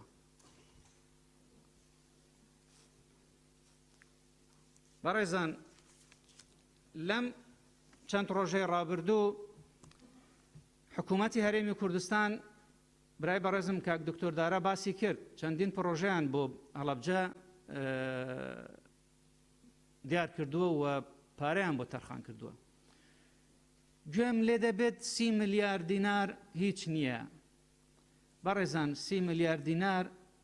ئێستا زۆرە چونکە ئێمە ناتوانین موچەی خەڵک بدەین وەکو پێویست بۆیە کاتێک تۆ ناتوانانی موچەی خەڵک بدەی بەڵام لە هەمان کاتدا لەبەر تایبەتمەندی شوێنێک کە هەمومان پێی سەربەرزین بە قوربانیدانیان 30 ملیاری بۆ دیار دەکەی بۆ ئێستا شتێکی کەم نییە بۆچی هەنگاوەکان وە بچووک سیر دەکرێتن دواتر بەشێکی زۆری ئەوانەی لێرە ئامادەنە بەشێکن لە حکوومەت ینی ئەو فراکسیۆنانەی کە بەشێکن لە حکوومەت ینی دەزانن بارودۆخی دارایی و ئابووری هەرێمی کوردستان لە چ قۆناغێکدایە و یەکێک لە داواکاریەکانی ئێوە باسی بریندارەکانی هەڵەبجە بوو طبعا حکوومەتی هەرێمی کوردستان بەشێکی ئەو خەڵکەی کە بریندارن و بەرکەوتنە لە وڵاتانی دەوروبەر لە وڵاتانی ئەوروپا چارەسەریان بۆ کراوە هەمیشە دەبێ هەمووشت وەکو خۆی باز بکرێ بەڵام ئایا خەڵکی تر هەیە پێویستی پێ بڵێ من ئەو داواکاری ئێستا ئێرە من گیانە جەنابی سەرۆکی حکوومەت بە ناوی ئێوە گەیاندم و جەنابیان موافقە لەسەر ئەو مەوزوعە ئەوەی کە لە توانای حکوومەتی هەرێمی کوردستاندایە لە دوای ئەم کۆبوونەوەیە بۆ ئەو خوشک و برایانەی کە پێویستیان بە چارەسەری هەیە پێویستی بە هەر شوێنێکە بێتن هاوکاریان دەکرێتن بە تایبەتی لە وڵاتانی دەوروبەر بۆ ئەوەی چارەسەری گونجاویان بۆ بکرێتن دەنگی ئێوە گەیشتە حکوومەت دەنگی خەڵکی هەڵەبجە گەیشتە حکوومەت و ئێمە ئەوەی کە لە تواناماندا بێتن جێبەجێی دەکەین چونکە ئەمە ئەرکە ئێمە خۆمان بە خزمەتکار دەزانین و ئەمە دروشم نییە هەوڵمانداوە ئەوەی لە تواناماندا بێتن لەسەر عەرزی واقع پێشانی بدەین وەڕێزان بێجگە لەو پرۆژانەی کە لە حکوومەت بە شێوەیەکی گشتی باس کراوە ئێمە لە وەزارەتی ناوخۆ لە باسیشمان نەکردووە ڕاشمان نەگەیاندووە بەڵام ئەمە بۆ یەکەم جارە لە بەردەمی ئێوەی بەڕێز بە هەموو خەڵکی کوردستانی ڕادەگەێنین ئێمە تەنها لە وەزارەتی ناوخۆ 7 ملیار دینارمان بۆ پرۆژەکانی وەزارەتی ناوخۆ لە سنووری پارێزگای هەڵەبجە تەرخان کردووە بەشێکی ئەم پرۆژانە دروستکردنی باڵەخانەی بەڕێوەبەرایەتی گشتی هاتوچۆیە کە ئێستا لە قۆناغی جێبەجێکردندایە نزیکەی 5 ملیاری بودجەکەیە و دروستکردنی باڵەخانەی بەرگری شارستانیە کە نزیکەی ملیارێک دینارە و هەر دوێنێ بە بۆنەی ئەوەی کە ئەمڕۆ یادی 33 ساڵەی کیمیا بارانکردنی هەڵەبجەیە ئێمە نزیکەی 1 ملیار دینارمان تەرخان کردووە بۆ پرۆژەکانی پاراستنی ڕێگاوبان پەرژینی ڕێگاوبان کە پێی دەڵێن گاردرێل هی ئەحمەداوە ئەوانەی کە شارەزای ناوچەکەنە زۆر پێویست بوو بۆ ئەو شوێنە بکرێتن هەر دوێنێ ئەمەشمان ئیمزا کردووە و دەکەوتە بواری جێبەجێکردن لە دوای نەورۆز دەکرێتە تەندەر ئەو پرسیارانەی کە بۆ ڕوبەڕووی ئێمە کراوە وەکو وەزارەتی ناوخۆ سەبارەت بە فەرمانگەکانی حکوومەت لەوێ بە تایبەتی ڕاگەزنامە بەڕێزان ئەمەش یەکێکە لە کێشەکانی ئێمە لەگەڵ بەغدا لەبەرەوەی پەسەندی بڕیاری ئێمەی نەکردووە لە کوردستان بە پارێزگاکردنی هەڵەبجە ئەم بەڕێوەبەرایەتی و دامەزراوانەی کە سەر بە حکوومەتی فیدراڵن نەکەوتونەتە بواری ئیشکردن بۆیە ئێمە بە ناچاری هەمان ئیش و کارمان لە هەڵەبجە بەڕێوە بردووە بەڵام لەژێر ناوی نووسینگەی ڕەگەزنامە کە سەر بە ڕەگەزنامەی سولەیمانیە بۆ ئەوەی ئیش و کاری خەڵک ڕانەوەستێت ئێمە فەرمانگەکەمان دروست کردووە لەژێر هەر ناوێک بێتن بەڕێوە دەچێت ئیش و کار بەڕێزێک گوتی بەڕێوەبەرایەتی تونند و توێژی دژی ئافرەتان نییە لە هەڵەبجە هەر بۆ ئاگاداریتان هەیە و ئێمە لە ساڵی 2019ەوە ئیمکاناتمان بۆ دابین کردووە و سیارەشمان بۆ تەمین کردووە بەڵام باڵەخانەی نییە بەڵێ زۆربەی هەرە زۆری کێشەکانی کە لەم هۆڵە باسکرا باسی میلاک بوو باسی باڵەخانە بوو باسی پرۆژەی وەبەرهێنان و خزمەتگوزاری بوو ئێمەش لەگەڵ ئێوە کۆکین ئێمە لە حکوومەتی هەرێمی کوردستان بەدەست کەمی میلاکەوە دەناڵێنین بۆ هەندێک شوێن بە تایبەتی لە بواری پۆلیس لە بواری هاتوچۆ لە بواری ڕەگەزنامە کارتی نیشتیمانی هەوڵمانداوە ئەوەی کە لە هەڵەبجە پێویستە بکرێت لە سولەیمانی و دەوروبەری بە تەنسیب بۆیان بگوازینەوە چونکە ناتوانین میلاک نییە کە لە سولەیمانی دەگوازینەوە ئێمە لە سولەیمانی خەلەلێک دروست دەکەین بەڵام بۆ ئەوەی بۆشاییەک لە هەڵەبجە پڕکەینەوە یعنی ئەوە نییە لە سولەیمانی زیادە بەڵام بۆ ئەوەی کە بۆشاییەک لە هەڵەبجە پڕکەینەوە ناچارین هەندێک لە سولەیمانی بگوازینەوە ئەوێ لەم ساڵی ڕابردوو لە وەزارەتەوە ئێمە 10 سیارەمان بۆ هەڵەبجە دابین کردووە ئەو پرۆژانەمان تەمین کردووە ئەو دەسەڵاتانەی کە ئێوە باستان کرد بۆ پارێزگای هەڵەبجە هەموو دەسەڵاتی پارێزگای هەڵەبجە لە پارێزەکانی تر زیاترە حتى لەو داهاتەی کە لە هەڵەبجە هەیە بە بڕیاری ئەنجومەنی وەزیران دەتوانن بۆ پەرەپێدانی خۆیان بەکاری بێنن بەڵام کێشەکە ئەوەیە داهاتی هەڵەبجە کەمە یەکێک لە پرسیارەکان ئەوەیە خاڵە سنووریەکان بۆچی چالاک ناکرێن وڵاتی ئێران دەڵێن ڕەزامەندی داوە کێشە نە ئێمەینە و نە ئێرانە و نە خەڵکی هەڵەبجەیە کێشە ئەوەیە حکوومەتی بەغدا ڕەزامەندی ناداتن خەریکن ئەوانەی کە بە فەرمیشن کێشیان بۆ دروست دەکەن ئەگەرنە ئێمە دەزانین 3 سنوور هەیە لە هەڵەبجە دەکرێتن ئەگەر بکنە سنووری فەرمی یاخود نیمچە فەرمیش دەکرێتن داهاتێکی باش بۆ هەڵەبجە دروست بکرێتن پرسیارێکی ترتان ئەوە بوو کە بۆچی ئەنجومەنی پارێزگا لە هەڵەبجە دروست نابێت بەڕێزان ئەنجومەنی پارێزگا لەسەر بنەمای یاسایەک و هەڵبژاردنێک دروست دەبێت لە هەڵەبجە هەڵبژاردن نەکراوە بۆ ئەوەی ئەنجومەن دروست ببێت هیچ بنەمایەکی یاسایی وەکو بڵێ هەڵبژاردن نییە بڕیار دەرا تەوافقێکی سیاسی هەبێت لە نێوان لایەنە سیاسیەکان بەداخەوە لایەنە سیاسیەکان لە هەڵەبجە گەیشتنە قۆناغێکی باش لە لێک تێگەیشتن و پارێزگاری هەڵەبجە پرۆژەکەی بۆ ئێمە نارد وابزانم ئەو کاتە مانگێک یان 2 مانگ بۆ ئێمە دەست بەکار بووبووین لە کابینەی نوێ کە پرۆژەکە گەیشتە وەزارەت هێشتا نەگەیشت بۆ سەر مێزی خۆم تەلەفۆنم بۆ هات لە هەڵەبجەوە گوتیان کاکە لایەنە سیاسیەکان پەشیمان بوونەتەوە ڕایگرە بۆیە ئێمە ئەوەمان بەڕێوە نەبرد بۆ ئەوەی نەبێتە بڕیارێک لەسەر کاغەز چونکە لایەنە سیاسیەکان کە لە هەڵەبجە لەسەر شتێک پێک هاتوبوون پەشیمان بوونەوە من داوا لە ئێوەی بەڕێز دەکەم هەر یەکێک لە ئێوە سەر بە لایەنێکی سیاسیە بگەڕێنەوە بۆ لایەنە سیاسیەکانی خۆتان قەناعەت بە لایەنە سیاسیەکانی خۆتان بێنن بۆ ئەوەی ڕێککەون لەسەر بابەتی ئەنجومەن ئەو کاتە ئێمە لە حکوومەتی هەرێمی کوردستان ئامادەینە لە 24 کاتژمێر بڕیاری پێویستی بۆ دەربکەین بەڵام چونکە بنەمایەکی هەڵبژاردن و یاسایی لە دەست حکوومەت نییە بۆیە حکوومەت ناتوانێتن ئەو ئەنجومەنە بڕیاری پێ دەربکاتن بەشێکتان داوای ئەوەتان کرد کە سەنتەرێکی DNA بۆ ماوەی بکرێتەوە لە هەڵەبجە ئێمە لە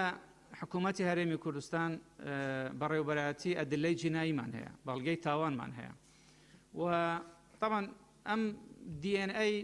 هەر ئەمە نییە بڵێ تێستێکە و دەچی لە هەر شوێنێک تێستێک دەکەی ئەمە چەندین ئەبعادی تری هەیە کە هەم پەیوەندی بە ئاسایشی نەتەوەییوە هەیە ئاسایشی نیشتیمانیەوە هەیە پەیوەندی بە باری کۆمەڵایەتیەوە هەیە پەیوەندی بە مەسائلی یاساییەوە هەیە ناکرێتن هەر کەسێک بێت بڵێ من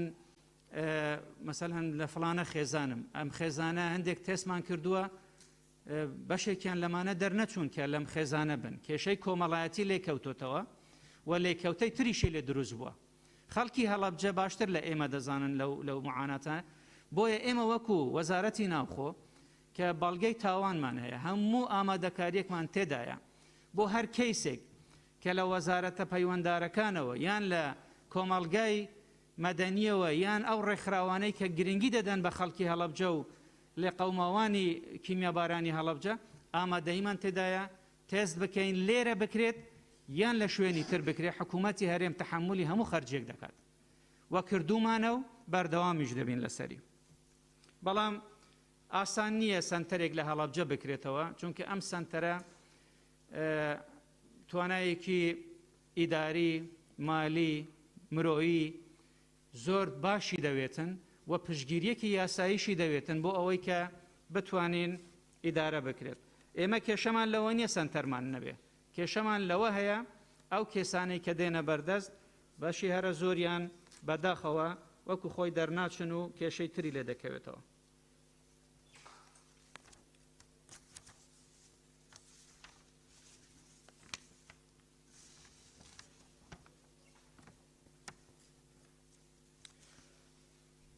ئەوەی کە باستان کرد هەموو دامەزراوەکانی حکوومەت لەوێ هەیە بەڵام وەکو پێویست ئیش ناکەن ئێمەش متتەفقین لەگەڵتان لەبەرەوەی میلاکی پێویست لە هەڵەبجە نییە بەڕێزان میلاکیش پێویستی بە دامەزراندن هەیە ئەو دامەزراندنیش پێویستی بە تەخسیساتی مالی هەیە کە بەداخەوە بڕیار لێدان بە پارێزگاریکردنی هەڵەبجە لە کاتی شەڕی داعش بوو دواتر ئەو کێشانەی تری بودجەی بەسەرداهات و لە کابینەی نۆیەمیش ئێمە سەرەڕای هەموو ئەو کێشانەی پێشووکە هەبوو تووشی ڤایرۆسی کۆڕۆناش بووین کە ئەمەش ڕێگریەکی یەکجار زۆری کرد نەک هەر بەرامبەر بە هەڵەبجە بەڵکو بەرامبەر بە هەموو شار و شارۆچەکانی کوردستان ئەگەر نە پلانی تۆکمەمان هەیە کە هەوڵ بدەین کەمێک لە معاناتی خەڵکی هەڵەبجە کەم بکەینەوە و لە نێزیکیشەوە لەگەڵ برای بەڕێزمان کاک ئازاد پارێزگاری هەڵەبجە ئیش دەکەین و تەفاهمێکی زۆر باشیشمان هەیە لەگەڵیان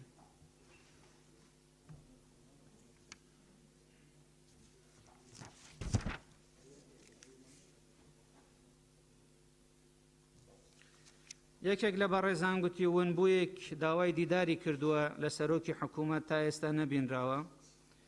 ئێمە دوای ئەو کۆبنەوەی داوا دەکەم بزانم کێیە ئەو بەڕێزەی کە داوای کردووە هەرچی پێویست بێتن ئێمە ئامادەینە بۆ جێبەجێکردنی داواکاریەکانی و ئەو دیدارانەی کە پێویستن بۆی ئەوە بکەین فراهم بکەین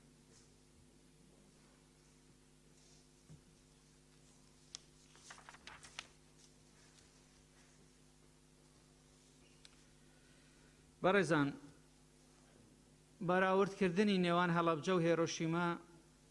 و بەراوردکردنی کوردستان لەگەڵ ژاپۆن لە یەکەم حەقی خۆمانە بەڵام بەراوردکردنی کوردستان و ژاپۆن زۆر لێک دوورە ئێمە هەموو خەبات و تێکۆشانمان بۆ ئەوە بۆ بگەینە مافە ڕەوەکانی خەڵکی کوردستان هەتا نەگەین بەو مافە ڕەوایانە ناتوانین ئەوەی کە ژاپۆن دەیکات بۆ خەڵکی خۆی ئێمە بیکەین چونکە بەشێکی هەرە زۆری پەیوەندی بە کیانەوە هەیە کیانی سیاسی زۆر ماف و ئەمتیاز بۆ ئێمە فراهەم دەکات بۆیە دەبێ هەمومان یەک دەست بین لەوەی کە ئیش بکەین بۆ گەیشتن بە ترۆپکی داواکاریەکانی خەڵکی کوردستان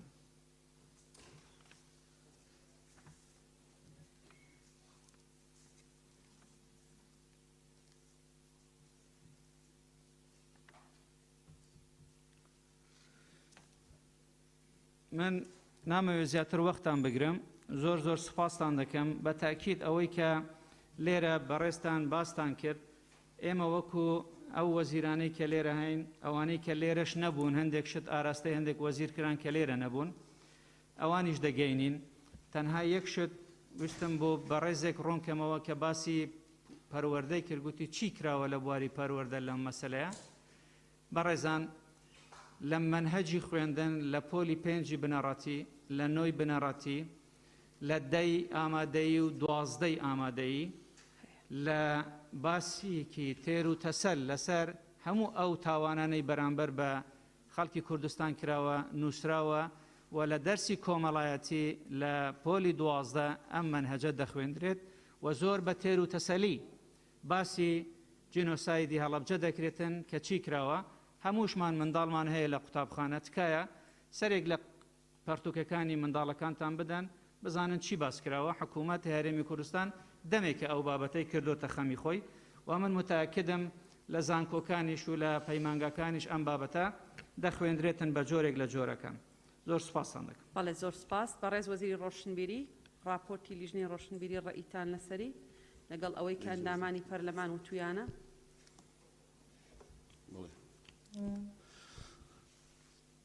بەناوی خۆی بەخشندە و میهرەبان وەک نەهاری بەهاری درێژ و پاییزی کورد ئەمەل گەلێک و تەویل ئەمەل کەمێک و قەسیر ئەوە حکوومەت و پەرلەمان و هەمومانی سوپاس بۆ برای بەڕێزم کاک ڕێبەر وەزیری ناوخۆ من تەئیدی قسەکانی دەکەم و پشتیوانی بۆ وەڵامەکانی سەبارەت بە هەڵەبجە و بە ئاوەدانکردنەوە بۆ بە کێشە و گرفتەکانی حکوومەت و بە بارودۆخەکە لەبەرەوە دووبارەیان ناکەمەوە. بەڕێز سەرۆکی پەرلەمان، سەرەتا سوپاس بۆ ئێوەی بەڕێز و سەرجەم فراکسیۆنەکان و گشت پەرلەمانتارە بەڕێزەکان بۆ ئەنجامدانی ئەم دانیشتنە تایبەتەی پارلەمان لەم ڕۆژە مێژووی و کارە ساتبارەی گەلەکەماندا ڕۆژی 16 ڕۆژی کیمیابارانی هەڵەبجە و ناوچەکە ئەو هەڵەبجەیە بوو بە ناسنامە و کوردی بە جیهان ناسان. دیارە کۆبوونەوەکە بۆ بەرزڕاگرتنی ئەو ڕۆژە و ڕێزلێنانە لە کەسوکاری قوربانیەکان، هەروەها بۆ ئەو مەبەستەی لە نامەکەی بەڕێستاندا هاتووە خستنە ڕووی کێشە و گرفتەکانی پارێزگای هەڵەبجە و چارەسەرکردنیان بۆ زیاتر خزمەتکردنی ئەم پارێزگایە. هەرچەندە بەڕای ئێمە مەبەستەکەی بەڕێستان بە بەستنی کۆنفرانسێکی تایبەت و بە بەشداری لایەنە پەیوەندیدارەکانی ئەم بابەتە و لە ناو هەڵەبجە دێتە دی. بۆیە لێرەوە من ئەو پێشنیارە دەخەمە بەردەم هەموو لایەک. هەڵەبجە یەکێکە لە شارە مێژووی و دێرینەکانی کوردستان کە لە دێر زەمانەوە ژیان تێیدا بەردەوام بووە. هەموو وردەکاریەکانی ژیانی ڕەسەنی کوردەواری لە هەڵسوکەوتی خەڵکەکەیدا بەرجەستە بووبوون. ئێمە خۆمان زۆر جار بە تێڕوانینی هەڵە و ناڕاست مێژووی ئاوەدانکردنەوە و بنیادنانیمان شێواندووە کە قسە لەم مێژووە مێژووی دروستکردنی هەڵەبجە کراوە بێ ئاگا بەستراوە بە 400 ساڵێک بەر لە ئێستاوە. لە کاتێکدا ڕاستیەکان بە شێوەیەکی ترن. بەڵگەی حاشا هەڵنەگر هەندەی سلمێنن لە سەردەمی لۆلۆکانەوە ئەم شوێنە ئاوەدان بووە. یەکێکە لە شارەکانی مەملەکەتی زاموا بە ناوی هارهار و کارۆکینا. هەروەها بەڵگەی مێژوویی هەن کە ژمارەیەک لە پیرەکانی بازنەی 72 پیرە لە سەدەکانی حوتەم و هەشتەمی کۆچی لە ناوچەکەدا ژیاون. یەکێک لەوانە پیرڕکونەدینی هەڵەبجەیی بووە لە نیوەی یەکەمی سەدەی حوتەمدا لە هەڵەبجە لەدایک بووە. هەڵەبجە ئەو شارەیە تەنها لە مێژووی 47 ساڵی ڕابردووی خۆیدا ڕوبەڕووی 3 مەرگە سات بۆتەوە. یەکەم ڕۆژی 26 چواری 74 لەلایەن ڕژێمی عێراقەوە بمبارانی شارەکە کرا. لە ئەنجامدا زیاتر لە 100 کەسی بێتاوان شەهید و زیاتر لەوانەش بریندار بوون و بەشێکی خەڵکەکەش ئاوارە بوون و زیانێکی زۆری ماڵیشیان بەرکەوت. دووەم لە ڕۆژی 5/87دا لە کاردانەوەیەکی دڕندانەی بەعسیەکانی عێراقدا بەرامبەر بە خەڵکی ڕاپەڕی شارەکە گەڕێکی کانیاشقان تەقێنرایەوە و تەخت و یەکسان کرا لەگەڵ خاک. کوشتن و بێسەر و شوێنکردنی سەدان کەسی لێکەوتەوە. بە سەدان خێزانی هەڵەبجەیی ناوچەکە ئاوارەی ئێران و دەربەدەر بوون. سێهەم دوا مەرگە ساتیش کیمیابارانکردنی شارەکە بوو. ئەمڕۆ کە یادی دەکەینەوە لە 16/3/88دا ئەم مەرگە ساتە بوو بەهۆی شەهیدبوونی زیاتر لە 5000 کەس و برینداربوونی هەزارانی تر و ئاوارەبوونی هەموو دانیشتوانی شارەکە و دەوروبەری کە بە ناچاری و بە دەست و گیرفانی بەتاڵەوە پشتیان لە شار و ڕوویان لە ئاوارەیەکی بە کۆمەڵ کرد. ئەو برینە گەورەیە کە لە جەستەی هەڵەبجە و هەڵەبجەیەکان و خەڵکی ناوچەکە بە گشتی دروست بووە کۆمەڵێک کاریگەری زۆر خراپی لێکەوتۆتەوە. لەوانە ئەم مەرگەساتە بە تەواوەتی بوو بۆ هۆی لە ناوبردنی دەیان خێزان و لە گۆڕنانی یادەوەریەکانیان بە تەواوەتی. هەروەها دەیان خێزانی تریشی لەبەر یەک هەڵوەشاندەوە بەوەی تەنیا کەسێک یان دوو کەسیان ماونەتەوە. دوو بریندارەکانی مەرگەسات درانەتە دەست مەرگێکی لەسەرخۆ ئەوانەش ماون هەر بە ناو زیندون. ئەو هەموو زەرەر و زیانانەی لە ئەنجامی کیمیاباران بەرژێرخانی شارەکە بە گشتی و خەڵکەکەی کەوتووە دەرئەنجامێکی مەترسیدار بووە تێڕوانین بە ئاسانی لێ تێناگات. 4 ئەو بەرچاولێڵیەی تا ئێستاش لە هۆکاری سەرەکی مەرگەساتەکە و هۆکارە لاوەکەیغانی هەن دڕدۆنگی و بێمتمانەیی گەورەی لێکەوتۆتەوە لە نێوان جەماوەر و دەستەڵاتی سیاسی و دەستەڵاتی ئیداری و بەڕێوەبردندا. 4 کاریگەریە خراپەکانی مەرگەسات لەسەر هەموو هەبووەکانی ناوچەکە بە گیاندار و بێگیانەوە لەگەڵ پێزبوونی ژینگە تا ئێستش درێژەیان هەیە. ئەمەش راپۆرتە تەندروستیەکان سەلماندویانە. ئەمانە کاریگەریە سەرەکیەکانن. دیارە چەند کاریگەریەکی لاوەکیشن لێرە پێویستە بزانین ئەو هەنگاوانەی تا ئێستا لە هەڵەبجە هەڵگیراون چیمان پێ دەڵێن. هەر بۆیە ئەم پرسیارانە دەکرێن. ئایا هیچ کارێکی ئاکاری کراوە بۆ ئەوەی مەرگەسات بە جینۆساید و تاوانی کۆکژی گەلێکی ستەم لێکراو بناسرێت؟ ئایا پرۆژەکانی ئاوەدانکردنەوە ئەو کارانەی تا ئێستا بە مەبەستی بنیادکردنەوەی ژێرخانی شارەکە کراون بە بەرنامە و لە ئاستی مەرگەساتەکەدان؟ ئایا خەڵکی زیان لێکەوتوو بۆ لە دەستدانی سەرمایەی مرۆیی و مادیان قەرەبوو کراونەتەوە؟ ئایا ئەو شین و شەپۆڕەی ساڵانە و جۆرێک لە خۆنمایشکردن لە 16 سێدا بۆ ماوەی 1-2 ڕۆژ توانای ساڕێژکردن یا سوکردنی برینەکانی هەیە؟ بۆ وەڵامدانەوەی ئەم پرسیارانە بە دڵنیاییەوە ئێمەش نەخێر هەڵدەبژێرین. کێشە و پێشنیار و داواکاریەکانی وەزارەتی ڕۆشنبیری بۆ هەڵەبجە ئەگەر چی قەرەبووکردنەوەی مادی پرۆژە و قەرەبووکردنەوەی مادی و پرۆژەی خزمەتگوزاری لەلایەن حکوومەتی هەرێمی کوردستانەوە کاری باش و کاریگەری گەورەیان هەبووە لە ڕووی مادی و شارستانیەتەوە. بۆیە دەبێ ئەو جۆرە هاوکاری و پشتیوانی و ئاوەدانکردنەوەیە بەردەوام بن. بەڵام ئەوەی خەڵکی ناوچەکە پێویستێتی گەورەترە لەوە. ئاشکرایە سەرڕای هەموو زیانەکانی مەرگەساتەکە مەرگەسات کەسیەتی هەڵەبجەیەکانی ورد و خاش کردووە. کردوویەتی بە کەسیەتێکی شکست خواردوو بەسەر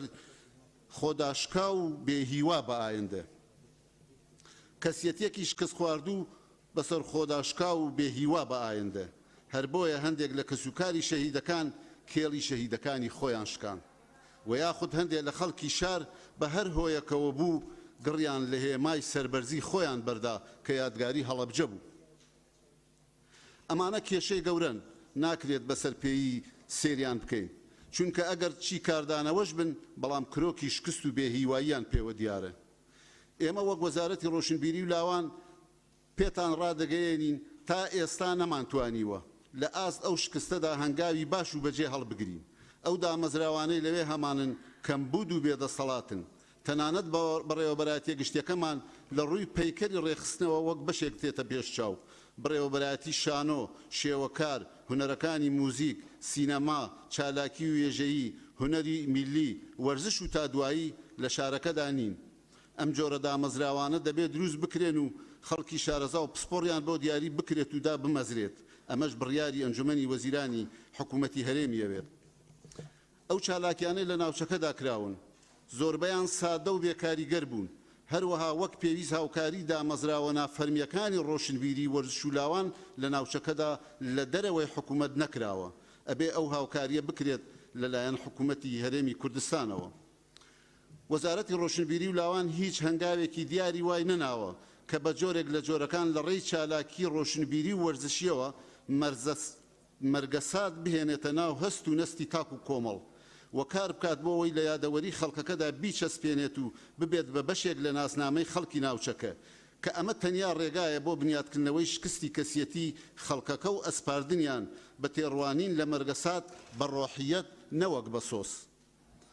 ئەمەش تەنها بە وەزارەتی ڕۆشنبیری ناکرێت، ئەرکێکی هەمەلایانەیە و دەبێت چەندین وەزارەت تێدا بەشدار بن. پێویستە لیژنەیەکی شارەزا و باڵا هەر وەک چۆن زۆربەی زۆری ئەندام پەرلەمانەکان ئەو پێشنیارەیان کرد پێک بهێنرێت بۆ پێشکەشکردنی بەرنامەیەکی هەمەلایەنەی کارکردن لە بواری ڕۆشنبیریدا کە بەر لە هەموو شتێک بیناکردنەوەی کەسیەتی تێکشکاوی تاکی هەڵەبجە ئامانجی بێت و بتوانێت بەشداری لە ئارامکردنەوەی دەروون و هیوابەخشی بە خەڵکەکە بدات. وەزارەتی ڕۆشنبیری داوای لە پەیوەندیەکانی دەرەوەی حکوومەتی هەرێمی کوردستان کردووە و دەکات هەوڵی تەواو بدەن بۆ گەڕانەوەی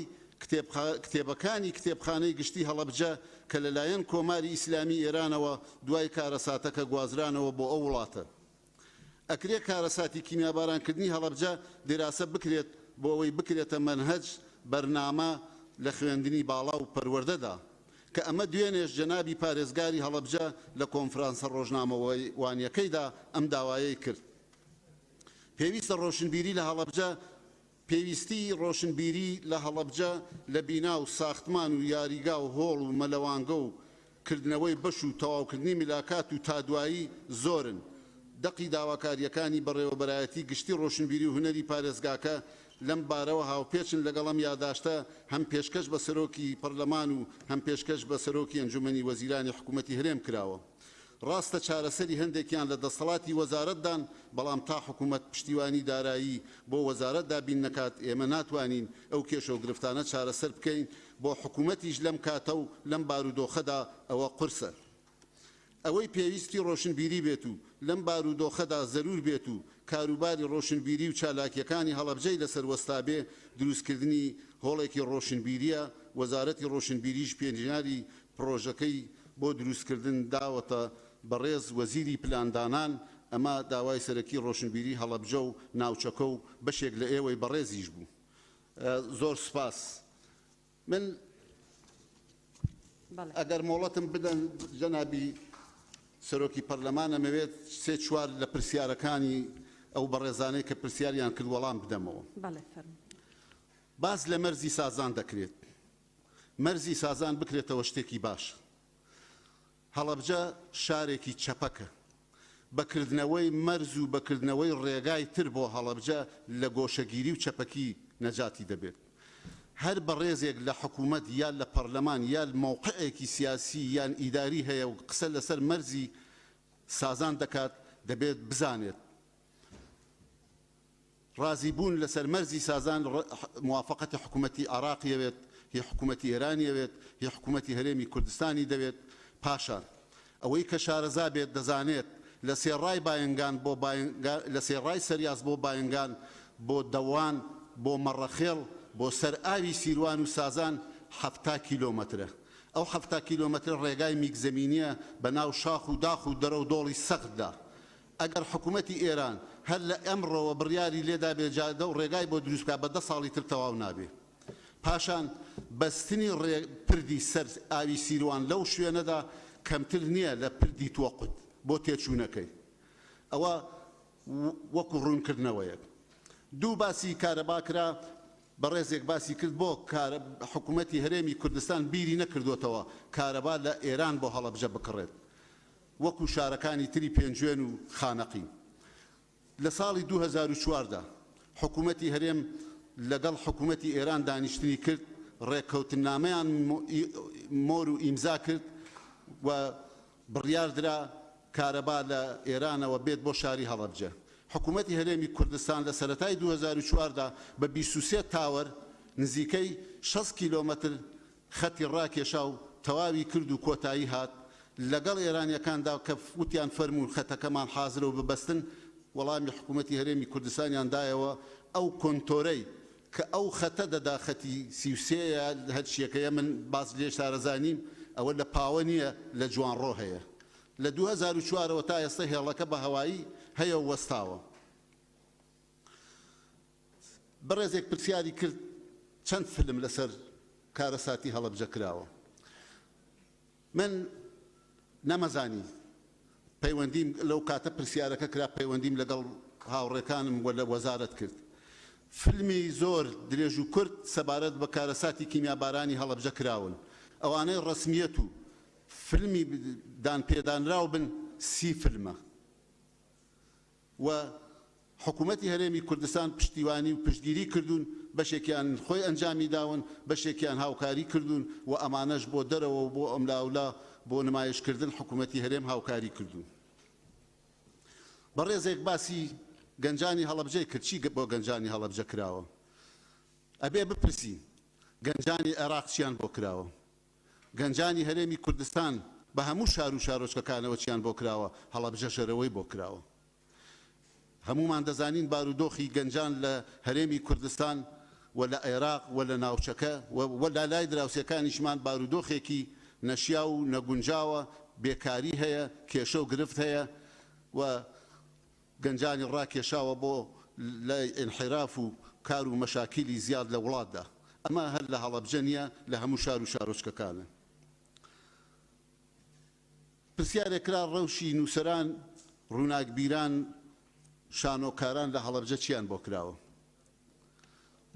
حکوومەتی هەرێمی کوردستان لە دوای دەست بەکاربوونی کابینەی نۆهەمدا وەزارەتی ڕۆشنبیری بەرنامەیەکی پێشکەش کردووە کە بۆ هەڵەبجە تایبەتمەندی جیاوازە و بۆ هەڵەبجە بەرنامەی جیاوازی پێشکەش کردووە بەڵام بەداخەوە خۆتان دەزانن بارودۆخەکە و باری ئابووری و نەخۆشی کۆرۆنا و هەرچیەکی تر کە کێشە و گرفتە لە هەرێمی کوردستان و بۆتە هۆی ئەو بارودۆخەی کە ئێستا هەمومان دەزانین و لێ تێدەگەین ئەو بەرنامانەمان بۆ جێبەجێ نەکراوە بەڵام ئێمە لە پارەیەکی سلێمانی کە 300 ملیۆن دینار بوو لەبەر دەستا بوو 75 ملیۆنی ماندا بە هەڵەبجە ئەو 75 ملیۆن دینارە ئەم ماوەیە لە 2021دا کراوەتە چاپکردنی کتێب و هەندێک کۆڕ و سمینار و چالاکی ڕۆشنبیری بۆ هەڵەبجە بۆچوونێک هەیە هەڵەبجە هەر وەک خۆیەتی چۆن بووە خراپتر بووە هەندێک ڕاو بۆچوون و سەرنج وا بە مطلقی وا بە یەجگاری بڕیاری لێ بدەیت کە هەر هیچ بۆ هەڵەبجە نەکراوە ئەبێ بگەڕێنەوە بۆ ڕابردوو بزانین ئایا کاتێک کە ڕاپەڕین کرا کۆمەڵانی خەڵکی کوردستان ڕاپەڕینیان کرد ئەوانەی شارەزای ناوچەکەن و لە بیریان دێت و ئەو کاتە بوون بزانن هەورامان بە دوو ناحیە و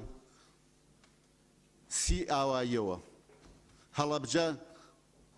بە سێ ناحیە و 300 ئاواییەوە و بە شارەکەشەوە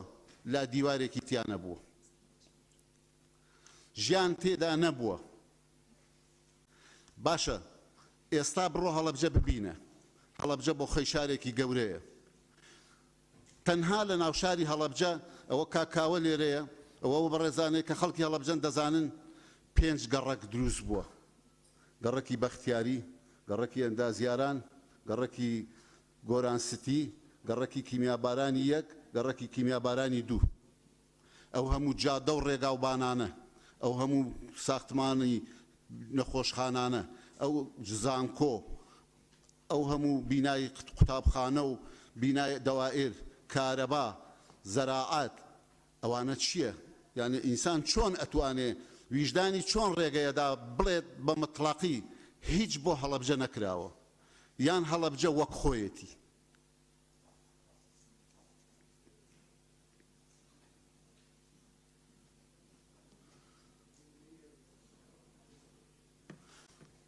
هەندێک بەڕێز من سەرنجمدا ئەوە قسەی کۆتاییمە هەندێک پەیام ئەگەیەنێ پەیامەکەی جوانە پەیامەکەی دروستە بەڵام کاتێک بە تووڕێتی پەیامەگەیەنی پەیامەکەت ئۆتۆماتیکی دوای لێ دێت کە کەس گوێ لێ نەگرێت ئەمە پەرلەمانە ئەم پەرلەمانە باڵاترین دەستەڵاتی وڵاتی ئێمەیە ڕێزدارترین شوێنی ئێمەیە شەڕێک کە بۆ ئاوەدانی وڵات بۆ خزمەتگوزاری بۆ پێشکەشکردنی خزمەتی هاوڵاتیان دەکرێت دەبێت لێرە بکرێت بەسەر چاو بەڵام ئەو پەرلەمانە کە هەمومان هیوامان پێیەتی و هەمومان ڕێزی لێ دەگرین دەبێ بە سەروەری بمێنێتەوە ئەگەر پەرلەمان ئیش و کارەکانی بە منتیق ڕۆیشت بە ڕێکوپێکی ڕۆیشت بەڕێز لەگرتن لە یەکتری و بە یەکڕیزی و بە تەبایی ڕۆیشت حرمەتدانانە بۆ پەرلەمانەکە گەڕاندنەوەی ڕێز و تەقدیرە بۆ پەرلەمانەکە کە هەر ئەندامێکی پەرلەمانەکە بۆ خۆی کەڵکی لێدە وەردەگرێت تۆ لە پەرلەمانێکە بیت شکۆی هەبێت یان نەیبێت باشە تۆ لە پەرلەمانێکە بیت ئیشی ئێمەیە بەڕێزان ئێوە بە حوڕیەتی خۆتان قسەتان کردووە ئیشی ئێمەیە ئەو قسانە ڕاگرین کایە ئیشی ئێمەیە ئێمە بۆچی لێرەین کاک دیاری ئێمە بۆچی لێرەین پارێزگاری لە پەیڕەوەکەم تۆ دەستدانێ کاکە حەمە سەکان سەبارەت بەو بابەتانەی پەیوەندی بە وەزارەتی ڕۆشنبیری هەیە بەو بابەتانەشی کە پەیوەندی بەوە هەیە بەڕێز دۆک و هەڵەبجەی یەک شارەزای دۆخی هەڵەبجەی ئەو بەشەی تەواو بوو ئەو بەشەی پەیوەندی بە دۆخی پەرلەمانەوە هەیە سوپاس دەکەین کۆتایی زۆر سوپاس بۆ بەڕێز باسی مەرزی تەوێڵە کرا ڕێگەی تەوێڵە ئەوەی شارەزای تەوێڵە بێت ڕێگەیە کە لە قورماڵەوە چێتە بیارە و ئەچێتە مەرزی شۆشمێ ماڵەکان و باخەکان لەسەر ڕێگەکەن ڕێگەکە مەجای پانکردن و فراوانکردنی نییە ناکرێت بڵێ مەرزی شۆشمێ پەرە پێدەم یان گەورەتری دەکەم یا فراوانتری دەکەم. ئێمە لە هەڵەبجە بۆ حکوومەتی هەرێمی کوردستان لەگەڵ جەنابی پارێزگار و لەگەڵ قایمقام و لەگەڵ مدیناحەیە هەورامان پێشنیارمان کرد بۆ حکوومەتی هەرێمی کوردستان و بۆ پارێزگای سلێمانی ڕێگەی دووەم بکەنەوە. ڕێگەی دووەم دەستیان پێ کرد لە خەرپانیەوە بەڕێزێک لە پەرلەمان ئیشارەی پێدا لە خەرپانیەوە دەچێتە پاڵانیا و دەچێتەوە سەر سنوور ڕێگاکە دەبێتە دوو ڕێگە ڕۆیشتن و هاتن ئەو کاتە مەرزەکە کرێ فراوانتر بکرێ و گەشە سندوتر بکرێ و باشتر بکرێت. ئەوەش فتح کراوە ئەگەر حکوومەتی هەرێمی کوردستان و وەزارەتی برای بەڕێزم کاکدانا لێرەیە وەزیری ئاوەدانکردنەوە و ڕێگاوبان ئەتوانن ئەوە دوا بگرن و زیندوی بکەنەوە. من لە کۆتاییدا سوپاسی هەموو لایەک دەکەم. ئەگەر قسەیەک یا شتێک بە جۆرێک لە جۆرەکان بەدڵی کەسێک نییە من داوای لێبردننی لێ دەکەم و سوپاسی هەموو ئەو کەسانە دەکەم کە بە دڵسۆزی بۆ چوونەکانیان پێشنیارەکانیان سەرنجەکانی خۆیان ئەمڕۆ لەم پەرلەمانە گەیان و ڕێز و تەقدیر و حرمەتیان بۆ هەڵەبجەدانا. من وەک وەزیرێکنا وەک کەسێکی هەڵەبجەییش سوپاسی هەموو لایەکتان دەکەم. ڕێز و حرمەتم بۆ هەمووتان هەیە بۆ پێشنیارەکانتان بۆ بۆچوونەکانتان بۆ سەرنجەکانتان بۆ ئەو بەرنامەیە کە بۆ هەڵەبجە و بۆ هەڵەبجەیەکان و وەخەمخۆریتان ئەمڕۆ نیشاندا و سوپاس بۆ هەموو لایەکتان. بەڵێ زۆر سپاس. بەڕێز وەزیری شارەوانی نقطە نظام وەرناگرم گولستان خان. بەڕێز وەزیری شارەوانی سەبارەت بە راپۆرتەکەی لیژنەی شارەوانی و هەر پرسیارێک ئاڕاستەی بەڕێزتان کراوە فەرموون.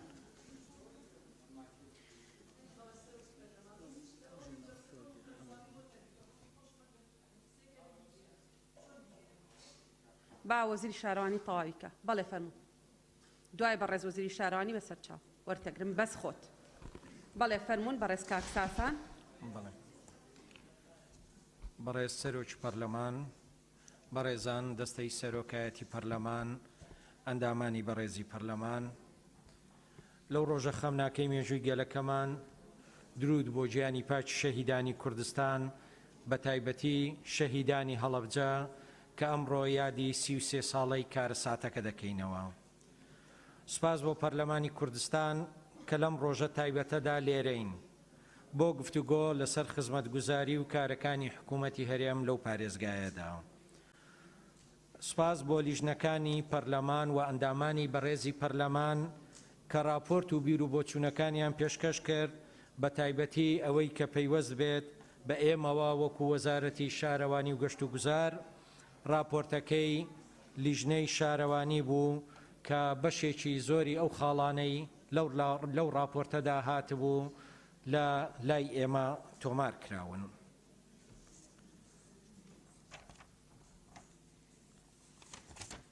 ئەوەی پەیوەست بێت بە بەڕێزان ئەوەی پەیوەست بێت بە باری خزمەتگوزاری و ئەو پرۆژانەی کە پەیوەستن بە وەزارەتی شارەوانی و گەشت و گوزارەوە جگە لەوەی کە بە بڕیاری جەنابی سەرۆکی حکوومەتی هەرێمی کوردستان لەم چەند ڕۆژەی ڕابردوو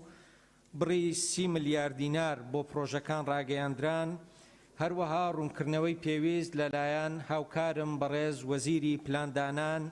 بۆ ئەو پرۆژانەی هەڵەبجە باسی لێوەکرا. دەمەوێت ئەوە عەرزی بەڕێزتان بکەم کە دوو لیستی پرۆژە لە وەزارەتی شارەوانی و گەشت و گوزار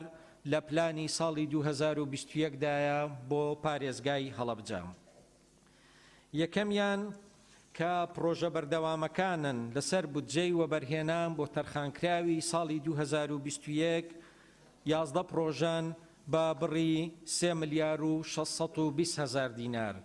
بێجگەلەوەی چەند مانجێک پێش ئێستا پرۆژەیەکی ترمان کردەوە و چۆبواری جێبەجێکردن کە ئەویش نزیکەی بە 3 ملیار دینار بوو.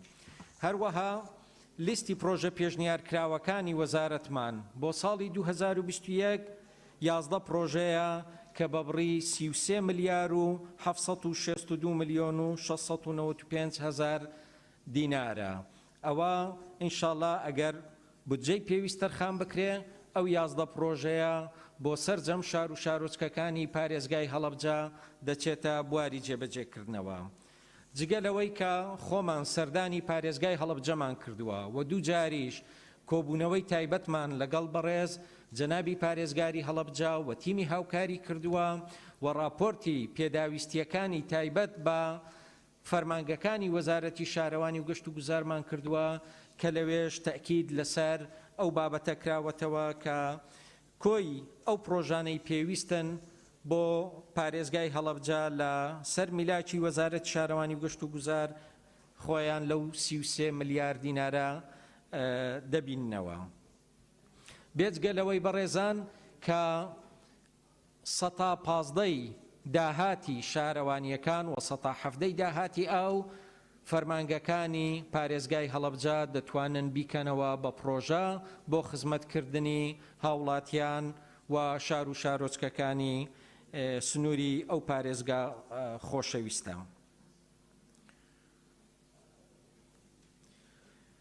بەڕێزان، ئەوەی کە ئێوەی بەڕێزیش ئیشارەتتان پێدا و چەند پرسیارێک ئاراستەی من کرا بە تایبەتی پرسیارێکیان زۆر جەختی لە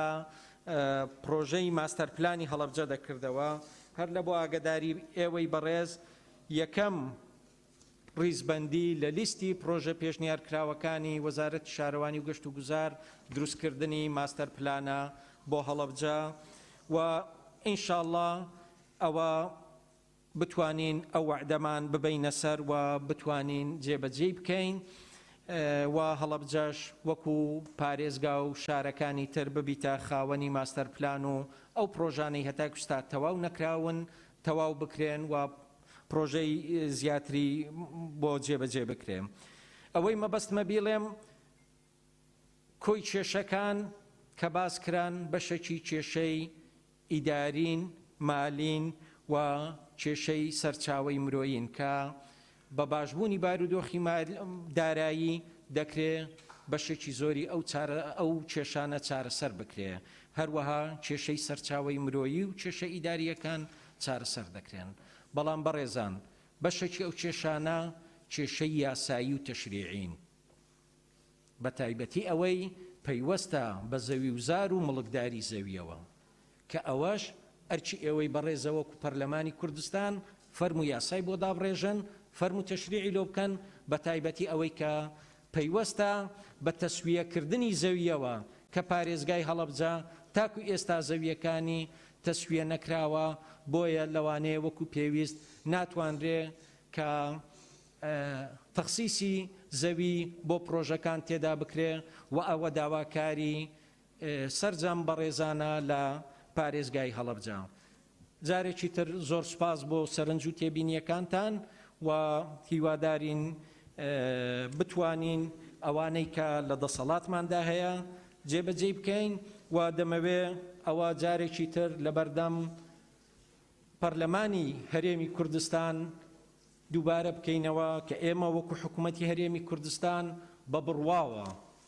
ڕژدین لەسەر ئەوەی کە بەردەوام بین لە خزمەتکردنی خەڵکی خۆمان لەسەر دەم ناوچە جیاجیەکانی کوردستان و بەردەوام دەبین لەسەر چاکسازی و بەردەوام دەبین لەسەر خزمەتکردن و زۆر سپاس. بەڵێ زۆر سپاس. گوڵستان خان نوقتە نیزامی وەرتەگرم. زۆر سپاس بە ڕێز وەزیری شارەوانی. بەڕێز سەرۆکی پەرلەمان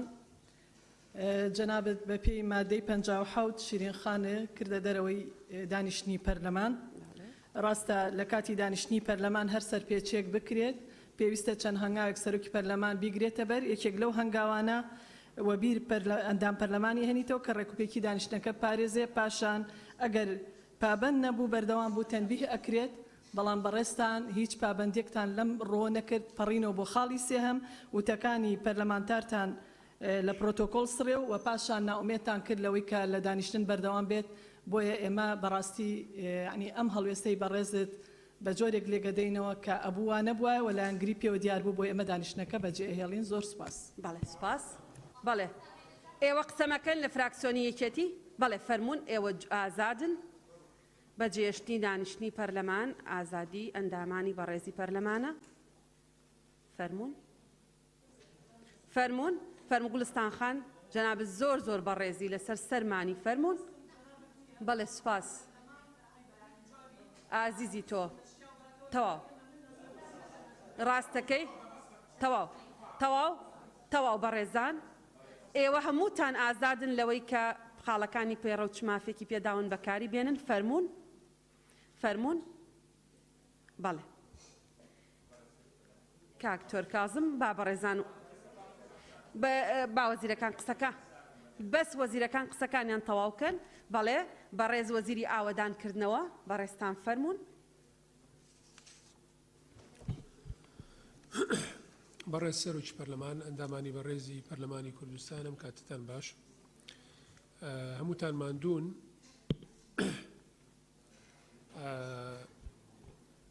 ئێمڕۆ ڕۆژێکی خەمناکە بە نیسبەت مێژووی گەلەکەمانەوە ئەمە سەرڕاوی کە ڕێز و وەفا بۆ شەهیدانی هەڵەبجە و سەرجەم شەهیدانی ڕێگای ڕزگاری کوردستان دانەوێنین وەکو حکوومەت یارێمی کوردستان و وەکو وەزارەتی ئاوەدانکردنەوەش بە تایبەتی بە ئەرشی خۆمان ێزانین کە خزمەتی هەموو خەڵکی کوردستان کەین بە تایبەتی خەڵکی هەڵەبجەی خۆشەویست لەو چوارچەوەیەدا من حەزەکەم چەند زانیاریی ورد بە ئێوەی بەڕێز بڵێم بە کورتی و بە پوختی بۆەوەی بزانین ئێمە وەکو وەزارەتی ئاوەدانکردنەوە و حکوومەتی یارێمی کوردستان لەم ساڵدا بەرنامەی چیمان هەیە بۆ پارێزگای هەڵەبجە ئەو پرۆژانەی ئێستا لە پارێزگای هەڵەبجە لە کاردایە و کاری تێدا دەکرێت 11 پرۆژن یەکێکیان لە چوارچەوەی کارەکانی کابینەی پێشوو کە ڕێگای دووسایدی نێوان سەیسای قەڵەبجەیە کە کارکردن تێیدا بەردەوامە لە قۆناغەکانی کۆتایی تەواوبوونیدا ئینشەڵا ئەمساڵ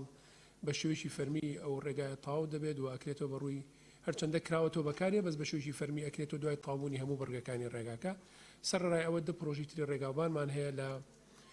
لە سنووری پارێزگای هەڵەبجە کە ئێستا وردەکارەکانی بە بەڕێستان دەڵێم لەو 10 پرۆژەیە 3 پرۆژیان لە 100 تەواو بووە و 5 پرۆژیان ڕێژەی ئەنجامدانی لە 195 و 3 پرۆژەشیان لە 170 بەرەو خوارە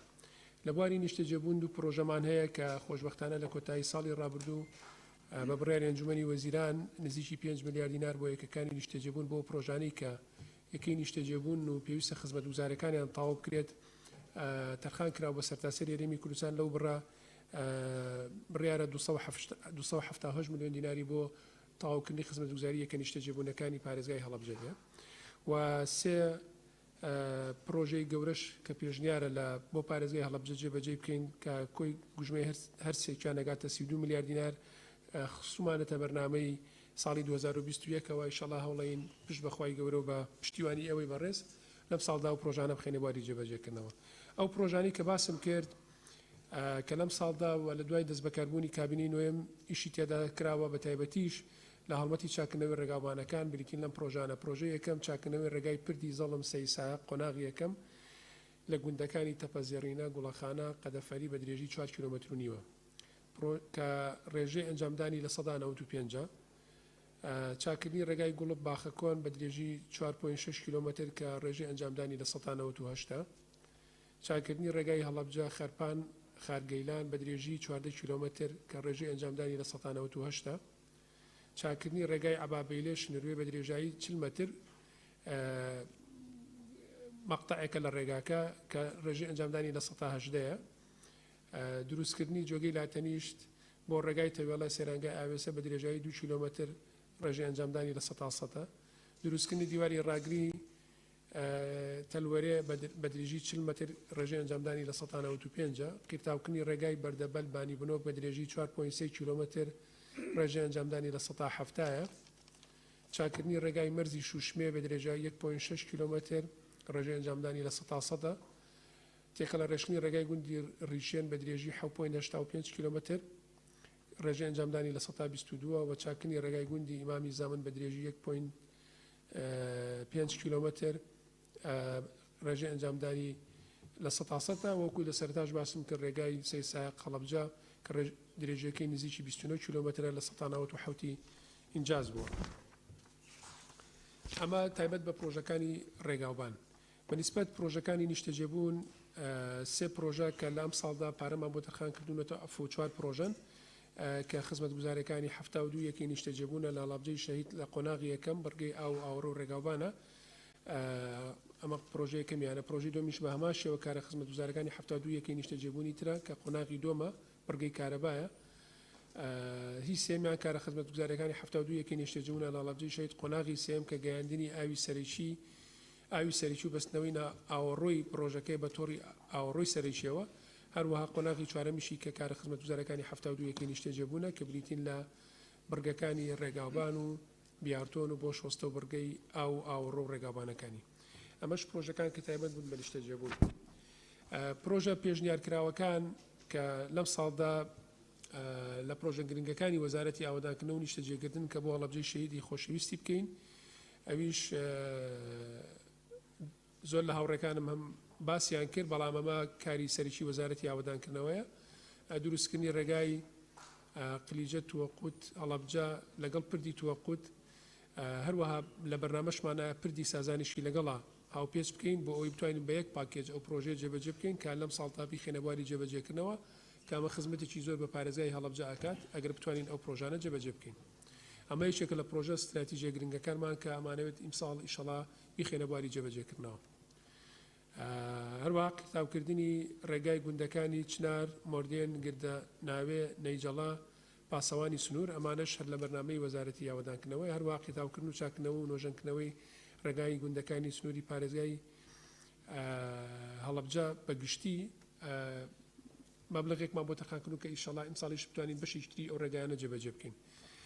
من سوپاسان دەکەم ئەمە بەرنامەی وەزارەتی ئاوادانکردنەوە بۆ بەپوختی کە بتوانین لە ساڵی 2021 بۆ پارێزگای هەڵەبجەی شەهیدی خۆشەویست جێبەجێکەین و سوپاس بۆ بەڕێزستان و سەرۆکی پەرلەمان بەڵێ زۆر سوپاس بەڕێز وەزیری ئاوادانکردنەوە بەڕێز وەزیری پشت و کاڵ ئەو بەشەی پرسیارەکانی ئەندامانی پەرلەمان کە پەیوەندیان بە جەنابتانەوە هەبوو فەرموون بەناوی خۆی گەورە و میهرەبان ئێوارەتان باش لە یادی کارەساتێکی میانبارانکردنی شاری هەڵەبجە سڵاو دەنێرم بۆ ڕۆحی شەهیدان و قورباندێنی ئەم پارێزگایەوە بۆ هەموو شەهیدانی ڕێگەی ڕزگاری کوردستان هاوکارانم بەشێکی زۆری قسەکانیان کرد من تەنها تیشک دەخەمە سەر هەم پرسیارەکان و هەم ئەو کارانەی کە وەزارەتی کشت و کاڵ و سەرچاوەکانی ئاو لە ماوەی 1 ساڵ و 8 مانگی دەست بەکاربوونمان لە کابینەی نوێمی حکوومەتی هەرێمی کوردستان بۆ سنووری پارێزگای هەڵەبجە ئەنجاممان داوە بەر لە هەموو شتێک دەمێ ئەوە بڵێم کە ئەم پارێزگایەکی سەرڕای ئەوەی کە لە ڕووی گەشت و گوزاریەوە پارێزگایەکی جوانە بەڵام پارێزگایەکی بەناوبانگە لە ڕووی بەپیتی زەویەکەی و کەش و هەوای لەباری و زۆری سەرچاوی ئاو بۆ کشت و کاڵ بۆیە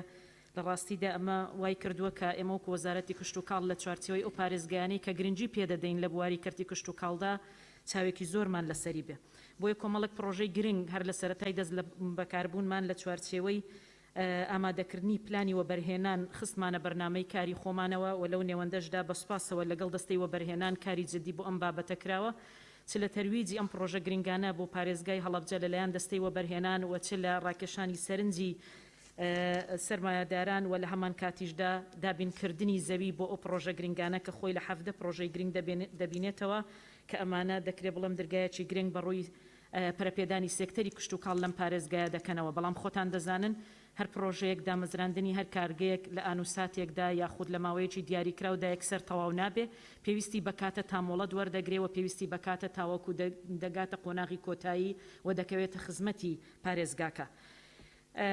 ئەو پرۆژانەی کە لە ماوەی ئەم ساڵ و 8 مانگە ئێمە بۆ پارێزگای هەڵەبجە ڕەزامەندیمان لەسەرداوە و تا ڕادێکی زۆر دەکرێت بڵم لای ئێمە کارەکانیان تەواو بووە ئەم پرۆژانن ڕازامەندیدان لەسەر جێبەجێکردنی 2 پرۆژەی بەرهەمهێنانی هێلکەی خواردن بە وزەی 1 ملیۆن هێلکە لە 1 ڕۆژدا بەمەبەستی پاراستنی بەرهەمی ناوخۆی و بەکارخستنەوەی کۆمپانیای پیشەسازی خۆراک و دروستکردنی هەلی کار وەزارەتمان هەڵسا بە یاداشنامەی لێگەیشتن لەگەڵ کارگەی دۆشاوی تەماتەی شارەزور و بەگەڕخستنەوەی ئەم کارگەیە بۆ جارێکی تر و لە ناوەڕۆکی لێگەیشتنەکەماندا مەرجی ئەومان داناوە کە بەرهەمی تەماتەی سنوورەکە بە تەواوەتی بۆ ساڵی ئایندە بکڕێتەوە و ئەمە لایەنێکی گەورەیە بۆ پاڵپشتی جوتیاران و بە بازارکردنی بەرهەمەکانیان و هەموو پاڵپشتێکی کارگەکەشمان کردووە چ لە دابەزاندنی نرخی کارەبا و لە کار ئاسانیکردن بۆ ئەو پێداویستیانەی کە هەیەە. لەسەر بابەتی گەنجینە و کۆگای ساردکەرەوە مۆڵەتی 3 پرۆژەی گەورەی گەنجینە و کۆگای ساردکەرەوە بۆ سنووری پارێزگای هەڵەبجە لە ئێستادا ڕەزامەندی پێدراوە تەنها ڕێکارەکانی کەمێکی ماوە بۆ ئەوی بگاتە قۆناغی کۆتایی. لە سەرەتای دەست بەکاربوونمان ئامادەکاری تەواومان کرد بۆ نەخشەی بەرهەمی کشت و کاڵی سنووری پارێزگای هەڵەبجە و هەموو پارێزگاکانی تر بۆ ئەوی بەرچاوی هەم سرمایه‌داران و بەرهێنەران ڕوون بێ و هەم بتوانین ئێمەش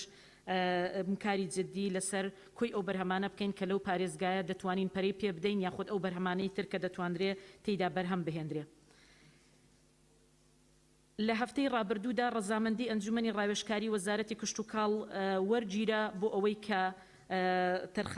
دەست بکەین بە تەرخانکردنی زەوی بۆ کۆمەڵگەی پیشەسازی خۆراک کە لەلایەن دەستەی و بەرهێنانەوە داوا کرابوو و لە ئایندەیەکی نزیکدا بەردی بناغی ئەم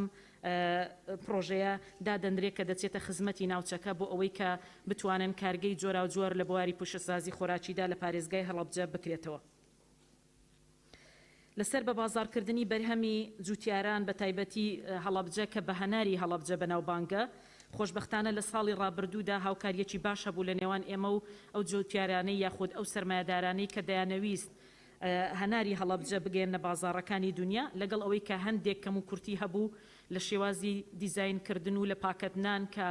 بۆ ئەم ساڵ بڕیارمان داوە کە بە شێوازێکی جوانتر و بە ستانداردێکی باشتر بینێرینە بازاڕەکانی دنیا بەڵام خۆشبەختانە دەکرێت بڵێم هەناری هەڵەبجە گەیشتە زۆربەی بازاڕەکان و لە ئێستاشدا ئێمە سەرقاڵی واژۆکردنی لێگەیشتنێکین لەگەڵ کۆمەڵێک کۆمپانیای وڵاتی تورکیا کە ڕۆڵێکی گەوریان هەیە لە بازارکردنی بەرهەمە ناوخۆیەکانی خۆیان کە بە خۆشحاڵیە و درگیان بۆ ئێمە کردوتەوە و لەگەڵ ئێمە لە خەتدان بۆ ئەوەی کە بتوانین لە ڕێگەی ئەوانیشەوە هەناری هەڵەبجە هەناردەی وڵاتی تورکیا و لەوێشەوە بۆ بازاڕەکانی جیهان بنێری. سەبارەت بە پەرەپێدان لە بواری شەدڵگە و نەمام لە سنووری پارێزگای هەڵەبجە توانراوە تاوەکو کۆتایی ساڵی 2020 84,910 نەمام لە جۆرەکانی هەنار مێ و هەنجیر زەیتون چوالە فستەق گوێز بەرهەم بهێنرێ. سەرەڕای ئەوەی کە دەمەوێت لێرە بەڕاشکاوی بڵێم ئێمە وەکو وەزارەتی کشت و کاڵ و سەرچاوەکانی ئاو بودجەیەکی تەرخانکراوی بەردەواممان نییە بۆ ئەو ئەرکارانەی کە لە وەزارەتەکەمان ئەنجامی دەدەین بەڵام لەگەڵ ئەوەشدا بەو ڕێژەکەمەی کە هاتۆتە بەردەستمان لە سنووری پارێزگاکان ئەم ئەرکانەمان ئەنجام داوە. سەبارەت بە پەرەپێدانی خانووی پلاستیکی لە ئێستادا لە سنووری پارێزگای هەڵەبجە دووبارە لەگەڵ کۆمەڵک کۆمپانیای وڵاتی تورکیا ئێستا لە هەماهەنگی داین و لە ئایندەیەکی نزیکدا لە گەیشتنێکی نوێ واژۆ دەکەین لەگەڵیان کە ئەمە دەبێتە دەکرێت بڵێم گۆڕانکاریەکی گەورە بۆ سنووری ئەو پارێزگایە کە ئینتاجی بەرهەمە کشت و کاڵیەکان بۆ هەر چوار وەرزی ساڵ بگوازینەوە بە میکانیزمێک کە دەکرێت بڵێم شێوازێکی سەردەمیانەیە و لە ئێستادا 468 خانووی پلاستیکی لە پارێزگای هەڵەبجە پەرەی پێدراوە و ئینتاجی بەرهەمەکانی هەیە بۆ ناو بازاڕەکانی هەرێمی کوردستان. ئەوەی کە مای خۆشحاڵیە چاندنی بەرهەمی پەتاتەیە لە سنووری پارێزگای هەڵەبجە کە بۆ یەکەم جارە لە ساڵی پاردا لە ساڵی 2020 209 پەتاتە چێنراوە کە ئەمەش بەپێی ئەو عەقدەی کە لە نێوان جوتیارەکان و کارگەیەکی جبسی پەتاتە لە سنووری پارێزگای سلێمانی هەیە کە ساڵانە بەرهەمەکان لێوەردەگرێتەوە کە بە مەزەندەی ئێمە ئیمساڵ ڕێژەی چاندنی بەرهەم ینی بەروبوومی پەتاتە لەم پارێزگایەدا بە شێوەیەکی بەرچاو زیاتر دەبێت. باخی زەیتونی هەڵەبجەمان هەیە بەڕ لەسەر ڕووبەری 54 دۆنم بەو ئیمکانیەتە دارایە متەواضعی کە لە بەردەستی وەزارەتمان بووە لە ساڵی پاردا 3780 کیلۆغرام زەیتی زەیتونی بەرەمهێناوە بۆ بازاڕەکانی پارێزگای هەڵەبجە. جگەلەوە کۆمەڵێک پرۆژەی گرنگ لەم پارێزگایە لە ئێستادا هەم ڕەزامەندیان لەسەر بدراوە هەم مۆڵەتیان پێدراوە لەوانە 31 پرۆژەی پەلەوەری مۆڵەتی پێدراوە 7 پرۆژەی تری پەلەوەری مۆڵەتی سەرەتایی وەرگرتووە. لە پرۆژەی گاوداری یاخود ئاژەڵداریەکان پرۆژەیەکی نمونەیی بەخێوکردنی بزنی شیری کە لەگەڵ هۆڵندیەکان لە ئێستادا لە سنووری پارێزگای هەڵەبجە سەرەڕای ئەوەی کە پرۆژەکە پرۆژەیەکی بەخێوکردنە بەڵام لە هەمان کاتیشدا دەبێتە پرۆژەیەکی بەرهەمهێنان یاخود دامەزراندنی کارگەی ئەلبان بۆ سنوورەکە کە ئەمە دەرگایەکی گەورە دەکاتەوە. و جگەلەوە 5 پرۆژەی تر کە پرۆژەی گاودارین دووبارە ئەوانیش مۆڵەتیان پێدراوە و 5 دانەی تریش هێشتا لە قۆناغی سەرەتایی وەرگرتنی مۆڵەتەکانیاندان. لە بواری سامانی ماسیدا 5 پرۆژەی گەورە مۆڵەتی پێدراوە لە سنووری پارێزگای هەڵەبجە کە ئەمە دەرگایەک دەکاتەوە بۆ ئەوەی کە ئێمە بتوانین لەم ڕۆوە پێداویستی بازاڕەکانی سنووری پارێزگای هەڵەبجە بە زیادەوە پڕ بکەینەوە. هەر بۆ ئەمە بەستەش وەزارەتمان بڕیاری قەدەغەکردنی هاوردەی ماسی کار بوو سەلەمونی لە دەرەوەی هەرێمەوە بۆ ناو هەرێمی کوردستان قەدەغە کردووە. جگەلەوە دووبارە لە بەرهەمهێنانی نەمام بە شێوازە جۆرا و جۆرەکانیەوە بە بڕی دیاریکراو کە لەلایەن وەزارەتمانەوە پارەی بۆ تەخسیس کراوە بۆ نمونە بەرهەمهێنانی نەمامی دارستان بە بڕی 24 ملیۆن و 460 هزار دینار، بەرهەمهێنانی نەمامی دارستانی سروشتی بە بڕی 29 ملیۆن و 700 هزار دینار، پەرەپێدانی دارستانی دەستکرد بە بڕی 33 ملیۆن و 90 هزار دینار، پرۆژەی پەرەپێدانی دارستانی سروشتی بە بڕی 5 ملیۆن و 540 هزار دینار، پرۆژەی پەرەپێدانی باخداری و خانووی پلاستیکی بە بڕی 73 ملیۆن و 900 هزار دینار، پرۆژەی بەرهەمهێنان و پەسەندکردنی بنەتۆ لەسەر ڕێژەی 102 بنەتۆی گەنم بە بڕی 111 ملیۆن و 725 هزار دینار، دابینکردنی سەمادی کیمیاوی و جۆری یۆریا بە بڕی 500 ملیۆن دینار، هەڵمەتی قەڵاچۆکردنی کولە بە بڕی 35 ملیۆن دینار، تێکەڵ لە ڕێژکردنی ڕێگای جوتیارانی گوندی تەپەتۆڵەکە کە 1000 متر بوو بە بڕی 5 ملیۆن و 400 هزار دینار، ساڵانە فێستیڤاڵی هەنار و پاییزی هەڵەبجە لە ساڵی 2020دا بە بڕی 11 ملیۆن و 90 هزار دینار، بەرهەمهێنانی بڕی 102 تەن گەنمی بنەتۆ و ئەنجامدانی 8 توێژینەوەی زانستی بۆ پەرەپێدانی کەرتی کشت و کاڵ و ئاو لە پارێزگای هەڵەبجە. ئەمانە بەشێک بوون لەو کارانەی کە وەزارەتی کشت و کاڵ و سەرچاوەکانی ئاو لە ماوەی ساڵێک و 8 مانگدا ئەنجامی داوە بۆ پەرەپێدانی سێکتەری کشت و کاڵ کە من ئومێد دەکەم بتوانین لە ماوەی کارەکانی داهاتووماندا کۆی ئەو پرۆژانەش کە لە چوارچێوەی ڕەشنووسی پرۆژە یاسای بودجەی پێشنیارکراو لەلایەن حکوومەتی هەرێمی کوردستانەوە کە ئێمەش پێشنیاری خۆمانمان تێدا جێگە کردوتەوە بتوانین پارەی تەرخانکراوی تر بۆ سەرجەم ئەو پرۆژانەی کە پێویستن لە پارێزگای هەڵەبجە دابین بکەین. و لێرەشەوە دەمەوێت بڵێم بەر لە کابینەی نۆیەم ڕێژەی پرۆژەکانی وەبەرهێنان لە سنووری هەرێمی کوردستان بەگشتی لە 102 تێپەڕ نەدەکرد. ئێستا خۆشبەختانە برای عزیزم کاک دکتۆر محەممەد شکری ئاماری تەواوەتی لایە کە دەکرێت خۆی قسەی لەسەر بکە گەیشتۆتە 108 لە کەمتر لە دووەوە بۆ ڕێژەی 108 وەبەرهێنانی کشت و کاڵی لە هەرێمی کوردستاندا کە ئێمە خواستی ئەومان هەیە لە ئایندەیەکی نزیکدا و لە ماوەی ساڵی داهاتوودا کۆمەڵێک پرۆژەی گرنگی استراتیجی تر لە سەرجەم ناوچەکانی تر بکەونە بواری جێبەجێکردنەوە بۆ ئەوی کەمە بتوانین ئەم سێکتەرە بکەینە سێکتەرێکی گرنگی ئابووری لە پاڵ سێکتەرەکانی تردا و زۆر سوپاس. بەڵێ زۆر سپاس. سپاس بۆ وەزیری کشت و کاڵ و سەرچاوەکانی ئاو بەڕێز وەزیری پیشەسازی فەرمون بەڕێستان.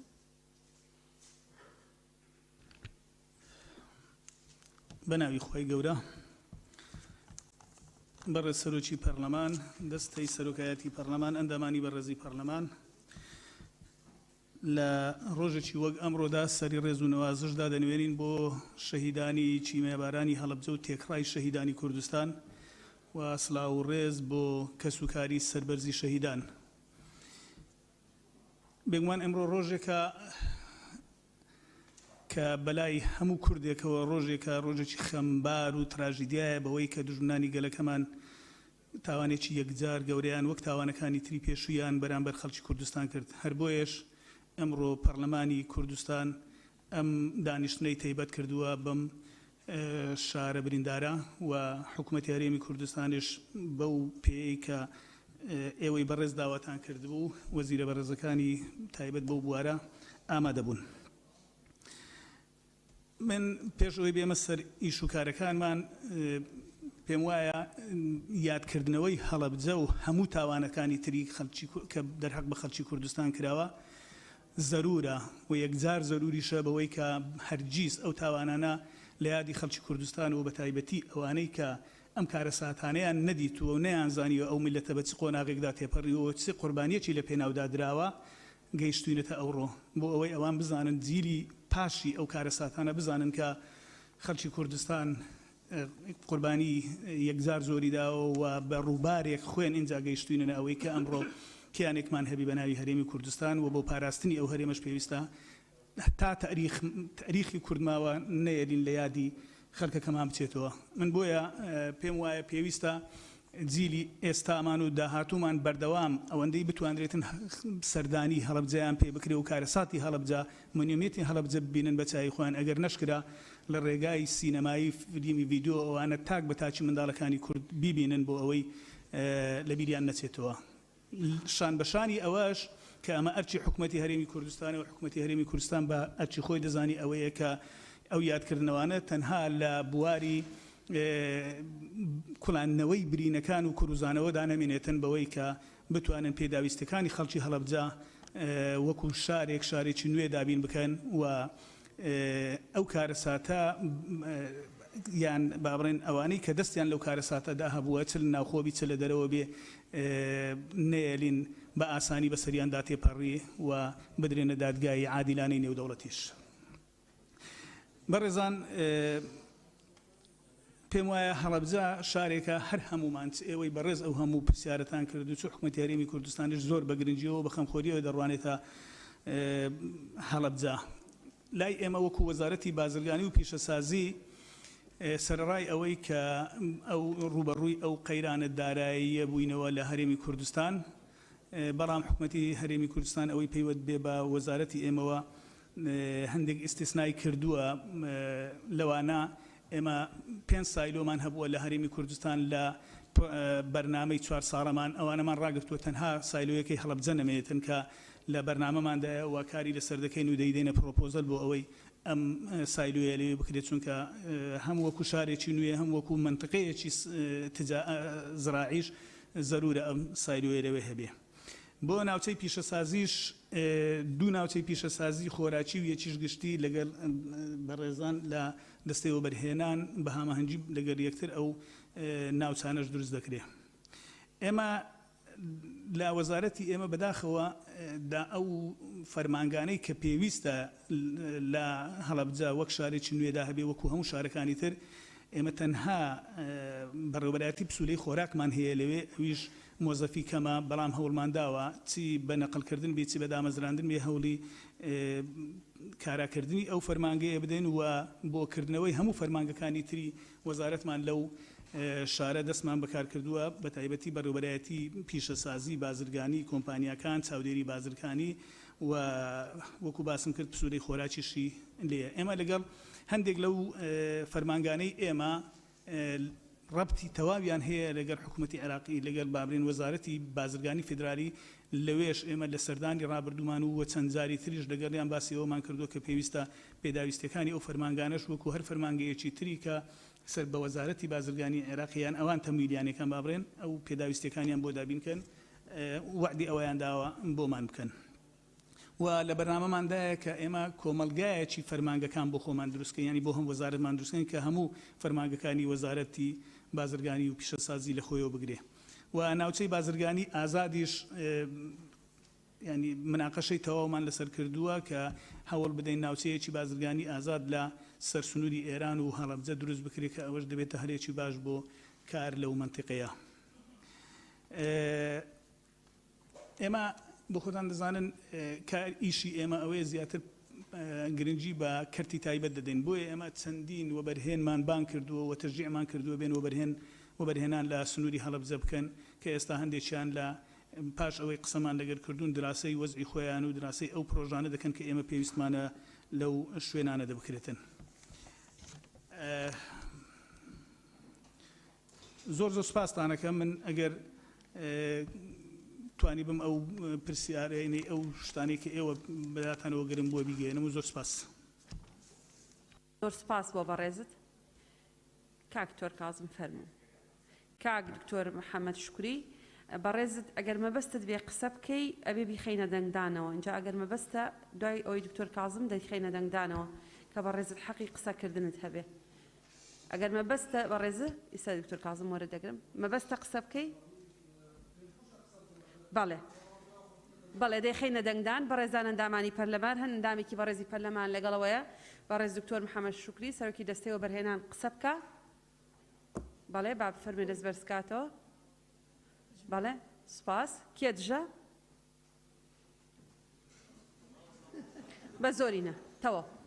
بەڵێ تەوە. بەڵێ بەڵێ کاک دکتۆر کازم دوای ئەوە کاک دکتۆر محەممەد بەڕێزت خۆت حازر کە بۆی قسە بەڕێز سەرۆکی پەرلەمان من یەک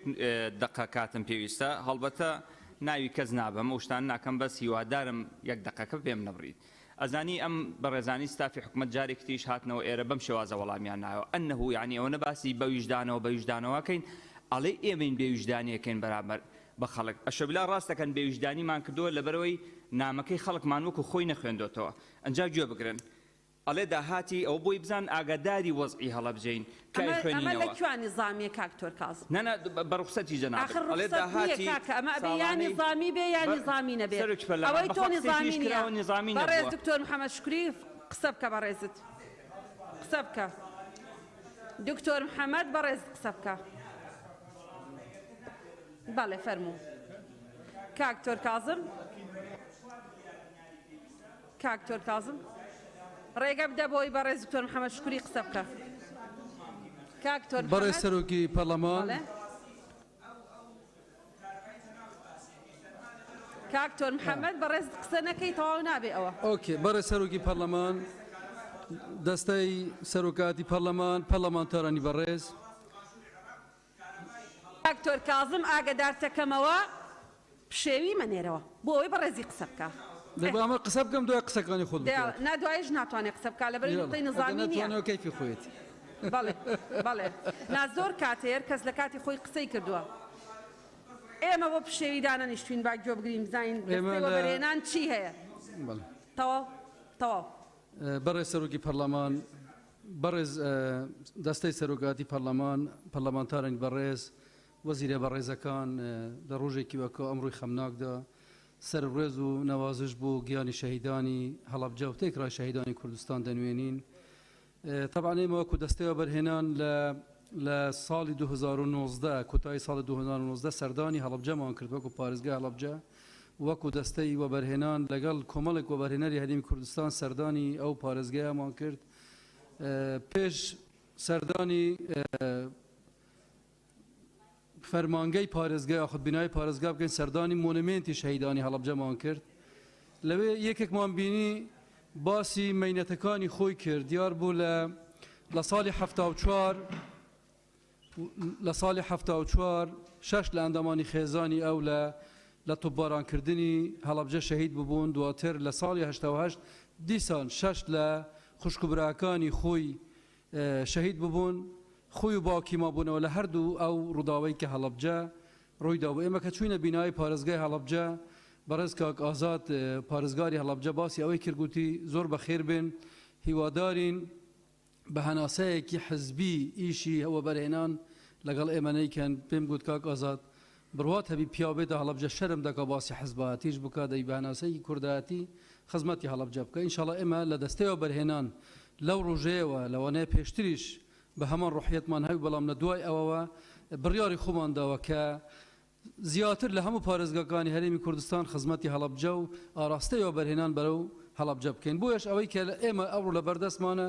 بێگەرخان خۆشبەختانە هەندێکی زۆرێکی باس کرد لەو پرۆژانەیە کە هاوبەشن لە بینی ئێمە و کەرتی کشت و کاڵ کە ئەوان ڕەزامەندی دەن و ئێمە مۆڵەتی بەرهێنانی دەدەین ئەمڕۆ ئێمە لە هەڵەبجە تاکو پێش 2019 تەنها سێ پرۆژەیە بەرهێنان لە هەڵەبجە مۆڵەتی پێدراوە لە ماوەی ساڵی ڕابردوو تەنها ئێمە وەکو دەستەوە بەرهێنان بە هاوکاری وەزارەتە بەڕێزەکانی شارەوانی کشت و کاڵ پیشەسازی ئەوەدانکردنەوە هەموو وەزارەتەکانی تری حکوومەتی هەرێمی کوردستان 25 پرۆژەی تری وە بەرهێنان لە سنووری پارێزگای هەڵەبجە ڕەزامەندی لەسەر دراوە و خەریکن دەچنە بواری جێبەجێکردن کە پرۆژەی زۆر گەورە و استراتیجی تێدایە دوو لە پرۆژە گەورەکان دوو ناوچەی پیشەسازی گەورەیە کە لە سنووری هەڵەبجە بڕێک لەسەر دراوە دروست دەکرێت بە تایبەتی پرۆژەی ناوچەی پیشەسازی خۆراک لە هەڵەبجە کە بەسپاسە وەزارەتی کشت و کاڵ لەگەڵ لایەنە پەیوەنددارەکانی هەڵەبجە پارێزگای هەڵەبجە خەریکی دابینکردنی زەوین کە پرۆسەکە دوا کەوتووە لەبەر ئەوەی لەوانە زەوی گونجاو تا ئێستا دەست نەکەوتووە بەڵام ئینشاڵڵا داهاتووە کە نزیکدا ئەم پرۆسەیە لە هەڵەبجەش دەکەویتە بواری جێبەجێکردن طبعا ئەو پرۆژانەی کە ئێمە لە هەڵەبجە تا ئەمڕۆ 16 سەی 2021 ڕەزامەندیمان لەسەردا بوو پارێزگای هەڵەبجە بریتی بووە لە 25 پرۆژەی گەورە و کە کاریگەریەکی زۆر باشی ئابووری لەسەر ژیانی داهاتووی خەڵک و گەنجانی ئێمە لە هەڵەبجە دروست دەکەن تێکرای ئەو پارەیە کە سەرماگوزاری بووی کراوە لە هەڵەبجە نزیکە لە 200 ملیۆن دلار کە ئەمەش مبلەغێکی کەم نییە لە ئاست پارێزگایەکی وەکو هەڵەبجە کە ئێمە لە داهاتوودا ئومێدەوارین وەبەرهێنانی زیاتری تيدا بكريتن طبعا لبلاني وبرهناني حكومتي هرمي كردستانيش كلا سال 2020 اعلان كرا نواتو هشت بروجي جوري پیش سازی و کشتوکالی و گشتیاری جگه ل پروژه خوندنی بالا و پروژه ورزش روشنبیری بلاوان که نهاتوهاش پروژه بو عرضی بازار یا برهنان کرد که واکو باسم کرد لوانه 25 پروژه پیشکش کراوه و جبهه کراوه جگه لواش لدوای اوی که اما دراسه بازاری هرمی کردستان مان کردو او فراغاتانی که لانجام استیرادات او هنار هاوردەیەی کە بۆ هەرێمی کوردستان دێ زایدەن بەرهەمی ناوخۆی بوومان دەرکەوت کە دەتوانرێ بەدەیان پرۆژەی تری پیشە سازی کوشتتوکاڵی لە سنووری پارێزگای هەڵەبجە دیسان جارێکی تر بخرێتە ناو بەرنامەی پلانی وەبەرهێنان کە ئەویش لە چەند ڕۆژی داهاتوو ڕێبەری وەبەرهێنان لە هەرێمی کوردستان بۆ ساڵی 2021 دەردەچێتن کە پرۆژەکانی وەبەرهێنان لە پارێزگای هەڵەبجە لە سەروی 150 پرۆژەی تر عرضی بازاری وەبەرهێنان دەکرێت کە ئومێدەوارین لە داهاتوودا بتوانین و بە هاوکاری برادرانی ئەندامانی پەرلەمان بە تایبەتی لژنەی ئەوەدانکردنەوە بەرهێنان بتوانین کۆنفرانسێکی تایبەت بۆ بەرهێنان لە هەڵەبجە ساز بکەین لە ماهای داهاتوودا ئینشاءڵڵا لە بەرنامەدا و لە حدودی هەتا مانگی شەش ئەو کۆنفرانسە بۆ بەرهێنان لە هەڵەبجە جێبەجێ دەکرێتن. طبعا برادرانی پەرلەمانتار باسی دروست نەبوونی بەڕێبەرایەتی گشتی و بەرهێنانی هەڵەبجە کرا طبعا ئێمەش لەگەڵ ئەوانین لەگەڵ ئەوەین کە بەڕێبەرایەتی گشتی و بەرهێنانی هەڵەبجە کە بڕیاری لەسەر دراوە جێبەجێ بکرێتن بەڵام وەکوگشت کێشەکانی تر بەهۆی هەبوونی قەیرانی دارایی نەبوونی فەرمانبەری پێویست ئێمە نەمانتوانی و ئەو بەڕێبەرایەتی گشتیە لە کاتی خۆیدا بکەینە بەڵام ئینشاءڵڵا لە ماوەیەکی زۆر نزیکدا بتوانین ئەو فەرمانگەیە لە هەڵەبجە بکرێتەوە چونکە تا دێت ژمارەی وەبەرهێنان پرۆژەکانی وەبەرهێنان لە سنووری هەڵەبجە زیاتر دەبێت پێویست دەکا لە سنووری ئەو پارێزگایە فەرمانگەیەکی تایبەت بکرێتەوە ئێمە طبعا لە سنووری پارێزگای سلێمانی کە ئێستا هەڵەبجە وەکو شوێنێک وەکو پارێزگاک سەر بە بەڕێبەرایەتی گشتی و بەرهێنانی سلێمانیە مەرجێکمان لەسەر و بەرهێناندادا هەر پرۆژەیەک کە زۆر پێویست نەبی بۆ پارێزگای سلێمانی بەڵام پێشکەش بکرێ و بەرهێنەرەکە پێی وابێ کە ئەوەم پرۆژەیەکی بەرهێنانی سەرکەوتوو دەبێ و تێدا قازانج دەکات لە سەریمان فەرز کردووە کە جگە لە پرۆژەیە کە لە سلێمانی ئەگەر پرۆژەیەک لە هەڵەبجەش جێبەجێ بکە ئێمە ڕەزامەندی بووی دەدەین لەسەر ئەم بابەتە ئێمە تا ئێستا 4 پرۆژەی لەو شێوەمان لە هەڵەبجە جێبەجێ کردووە و ئومێدەوارین لەمە دووەش بتوانین زیاتر پشتگیری لە پرۆژەکانی کەرتی تایبەت و بەرهێنان لە سنووری پارێزگای هەڵەبجە بکەین طبعا پرۆسە بەرهێنان پرۆسەیەکی هەمانگی کاریە طبعا ئێمە پێویستیمان بە هاوکاری هەموو لایەکتانە چونکە بابەتی ڕاکێشانی و بەرهێنەر بۆ ئەوەی لە شوێنێکی وەکو هەڵەبجە ئیش بکاتن پێویستی بەوەیە داعمێکی یاسایی داعمێکی پەرلەمانتاریش بکرێتن و ئومێدەوارین لە داهاتوو جەنابیشتان هەمووتان ببنە پاڵپشتی و پشتیوانکەر بۆ ئێمە بتوانین پرۆژەی باشتر لە سنووری هەڵەبجە جێبەجێ بکەین طبعا بەپێی یاسا بەرهێنانیش ئێمە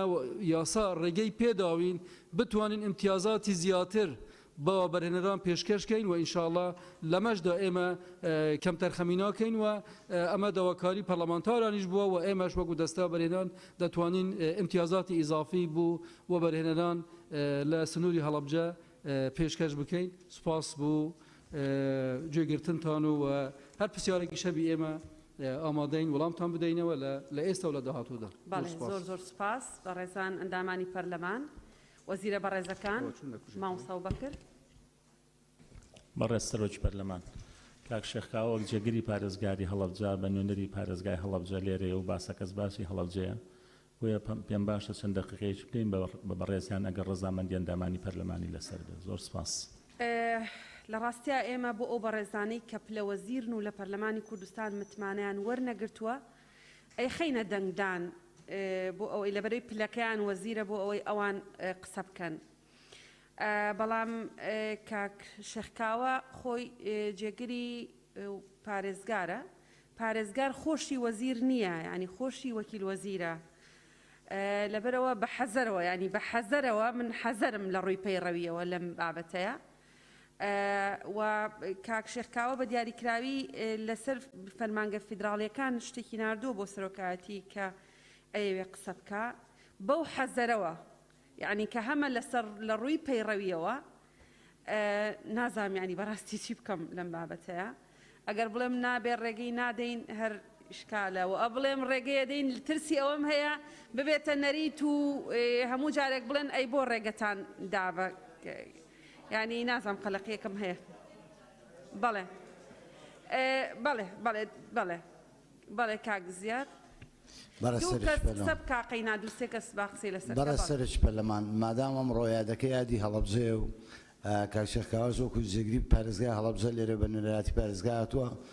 ئەکرێت لە مادام بەبوونە یادەکەەوە جنابتان ئەو دەرفەتە بەڕاستێنن زۆر سپاس بەڵێ تەواو کاک زیاد قسەی کرد لە فراکسیۆنی یەکێتی دەرفەتی کەسی ترتان نادەم کاک ڕێبوار بەڕێز سەرۆکی پەرلەمان دیارە بۆنەکەوا دەخوازێ کە ئەو بەڕێزانەی کرد لە ئەنجومەنی وەزیران و هاتوون ئەوانەشی کە لە پارێزگاکانە هاتوون ئەگەر قسەیەکی ئیزافی هەبێ بتوانن سەربارێکی باش بێ تەطعیمی بابەتەکان کەن لە ڕووی ئەوەی کە چ پێویستە هەموو لە پەرلەمان چی بکرێ و لە لای ئەنجومەنی وەزیرانی شەوە چی بکرێ منیش لەگەڵەوەم کە بەڕێزە قسە بکە بەڵام هاوکار لەگەڵەوەش داواشەکەم کە وەکیل وەزیری شەیدانیش 5 دقیقە جارێبان لەمەیان دەرچین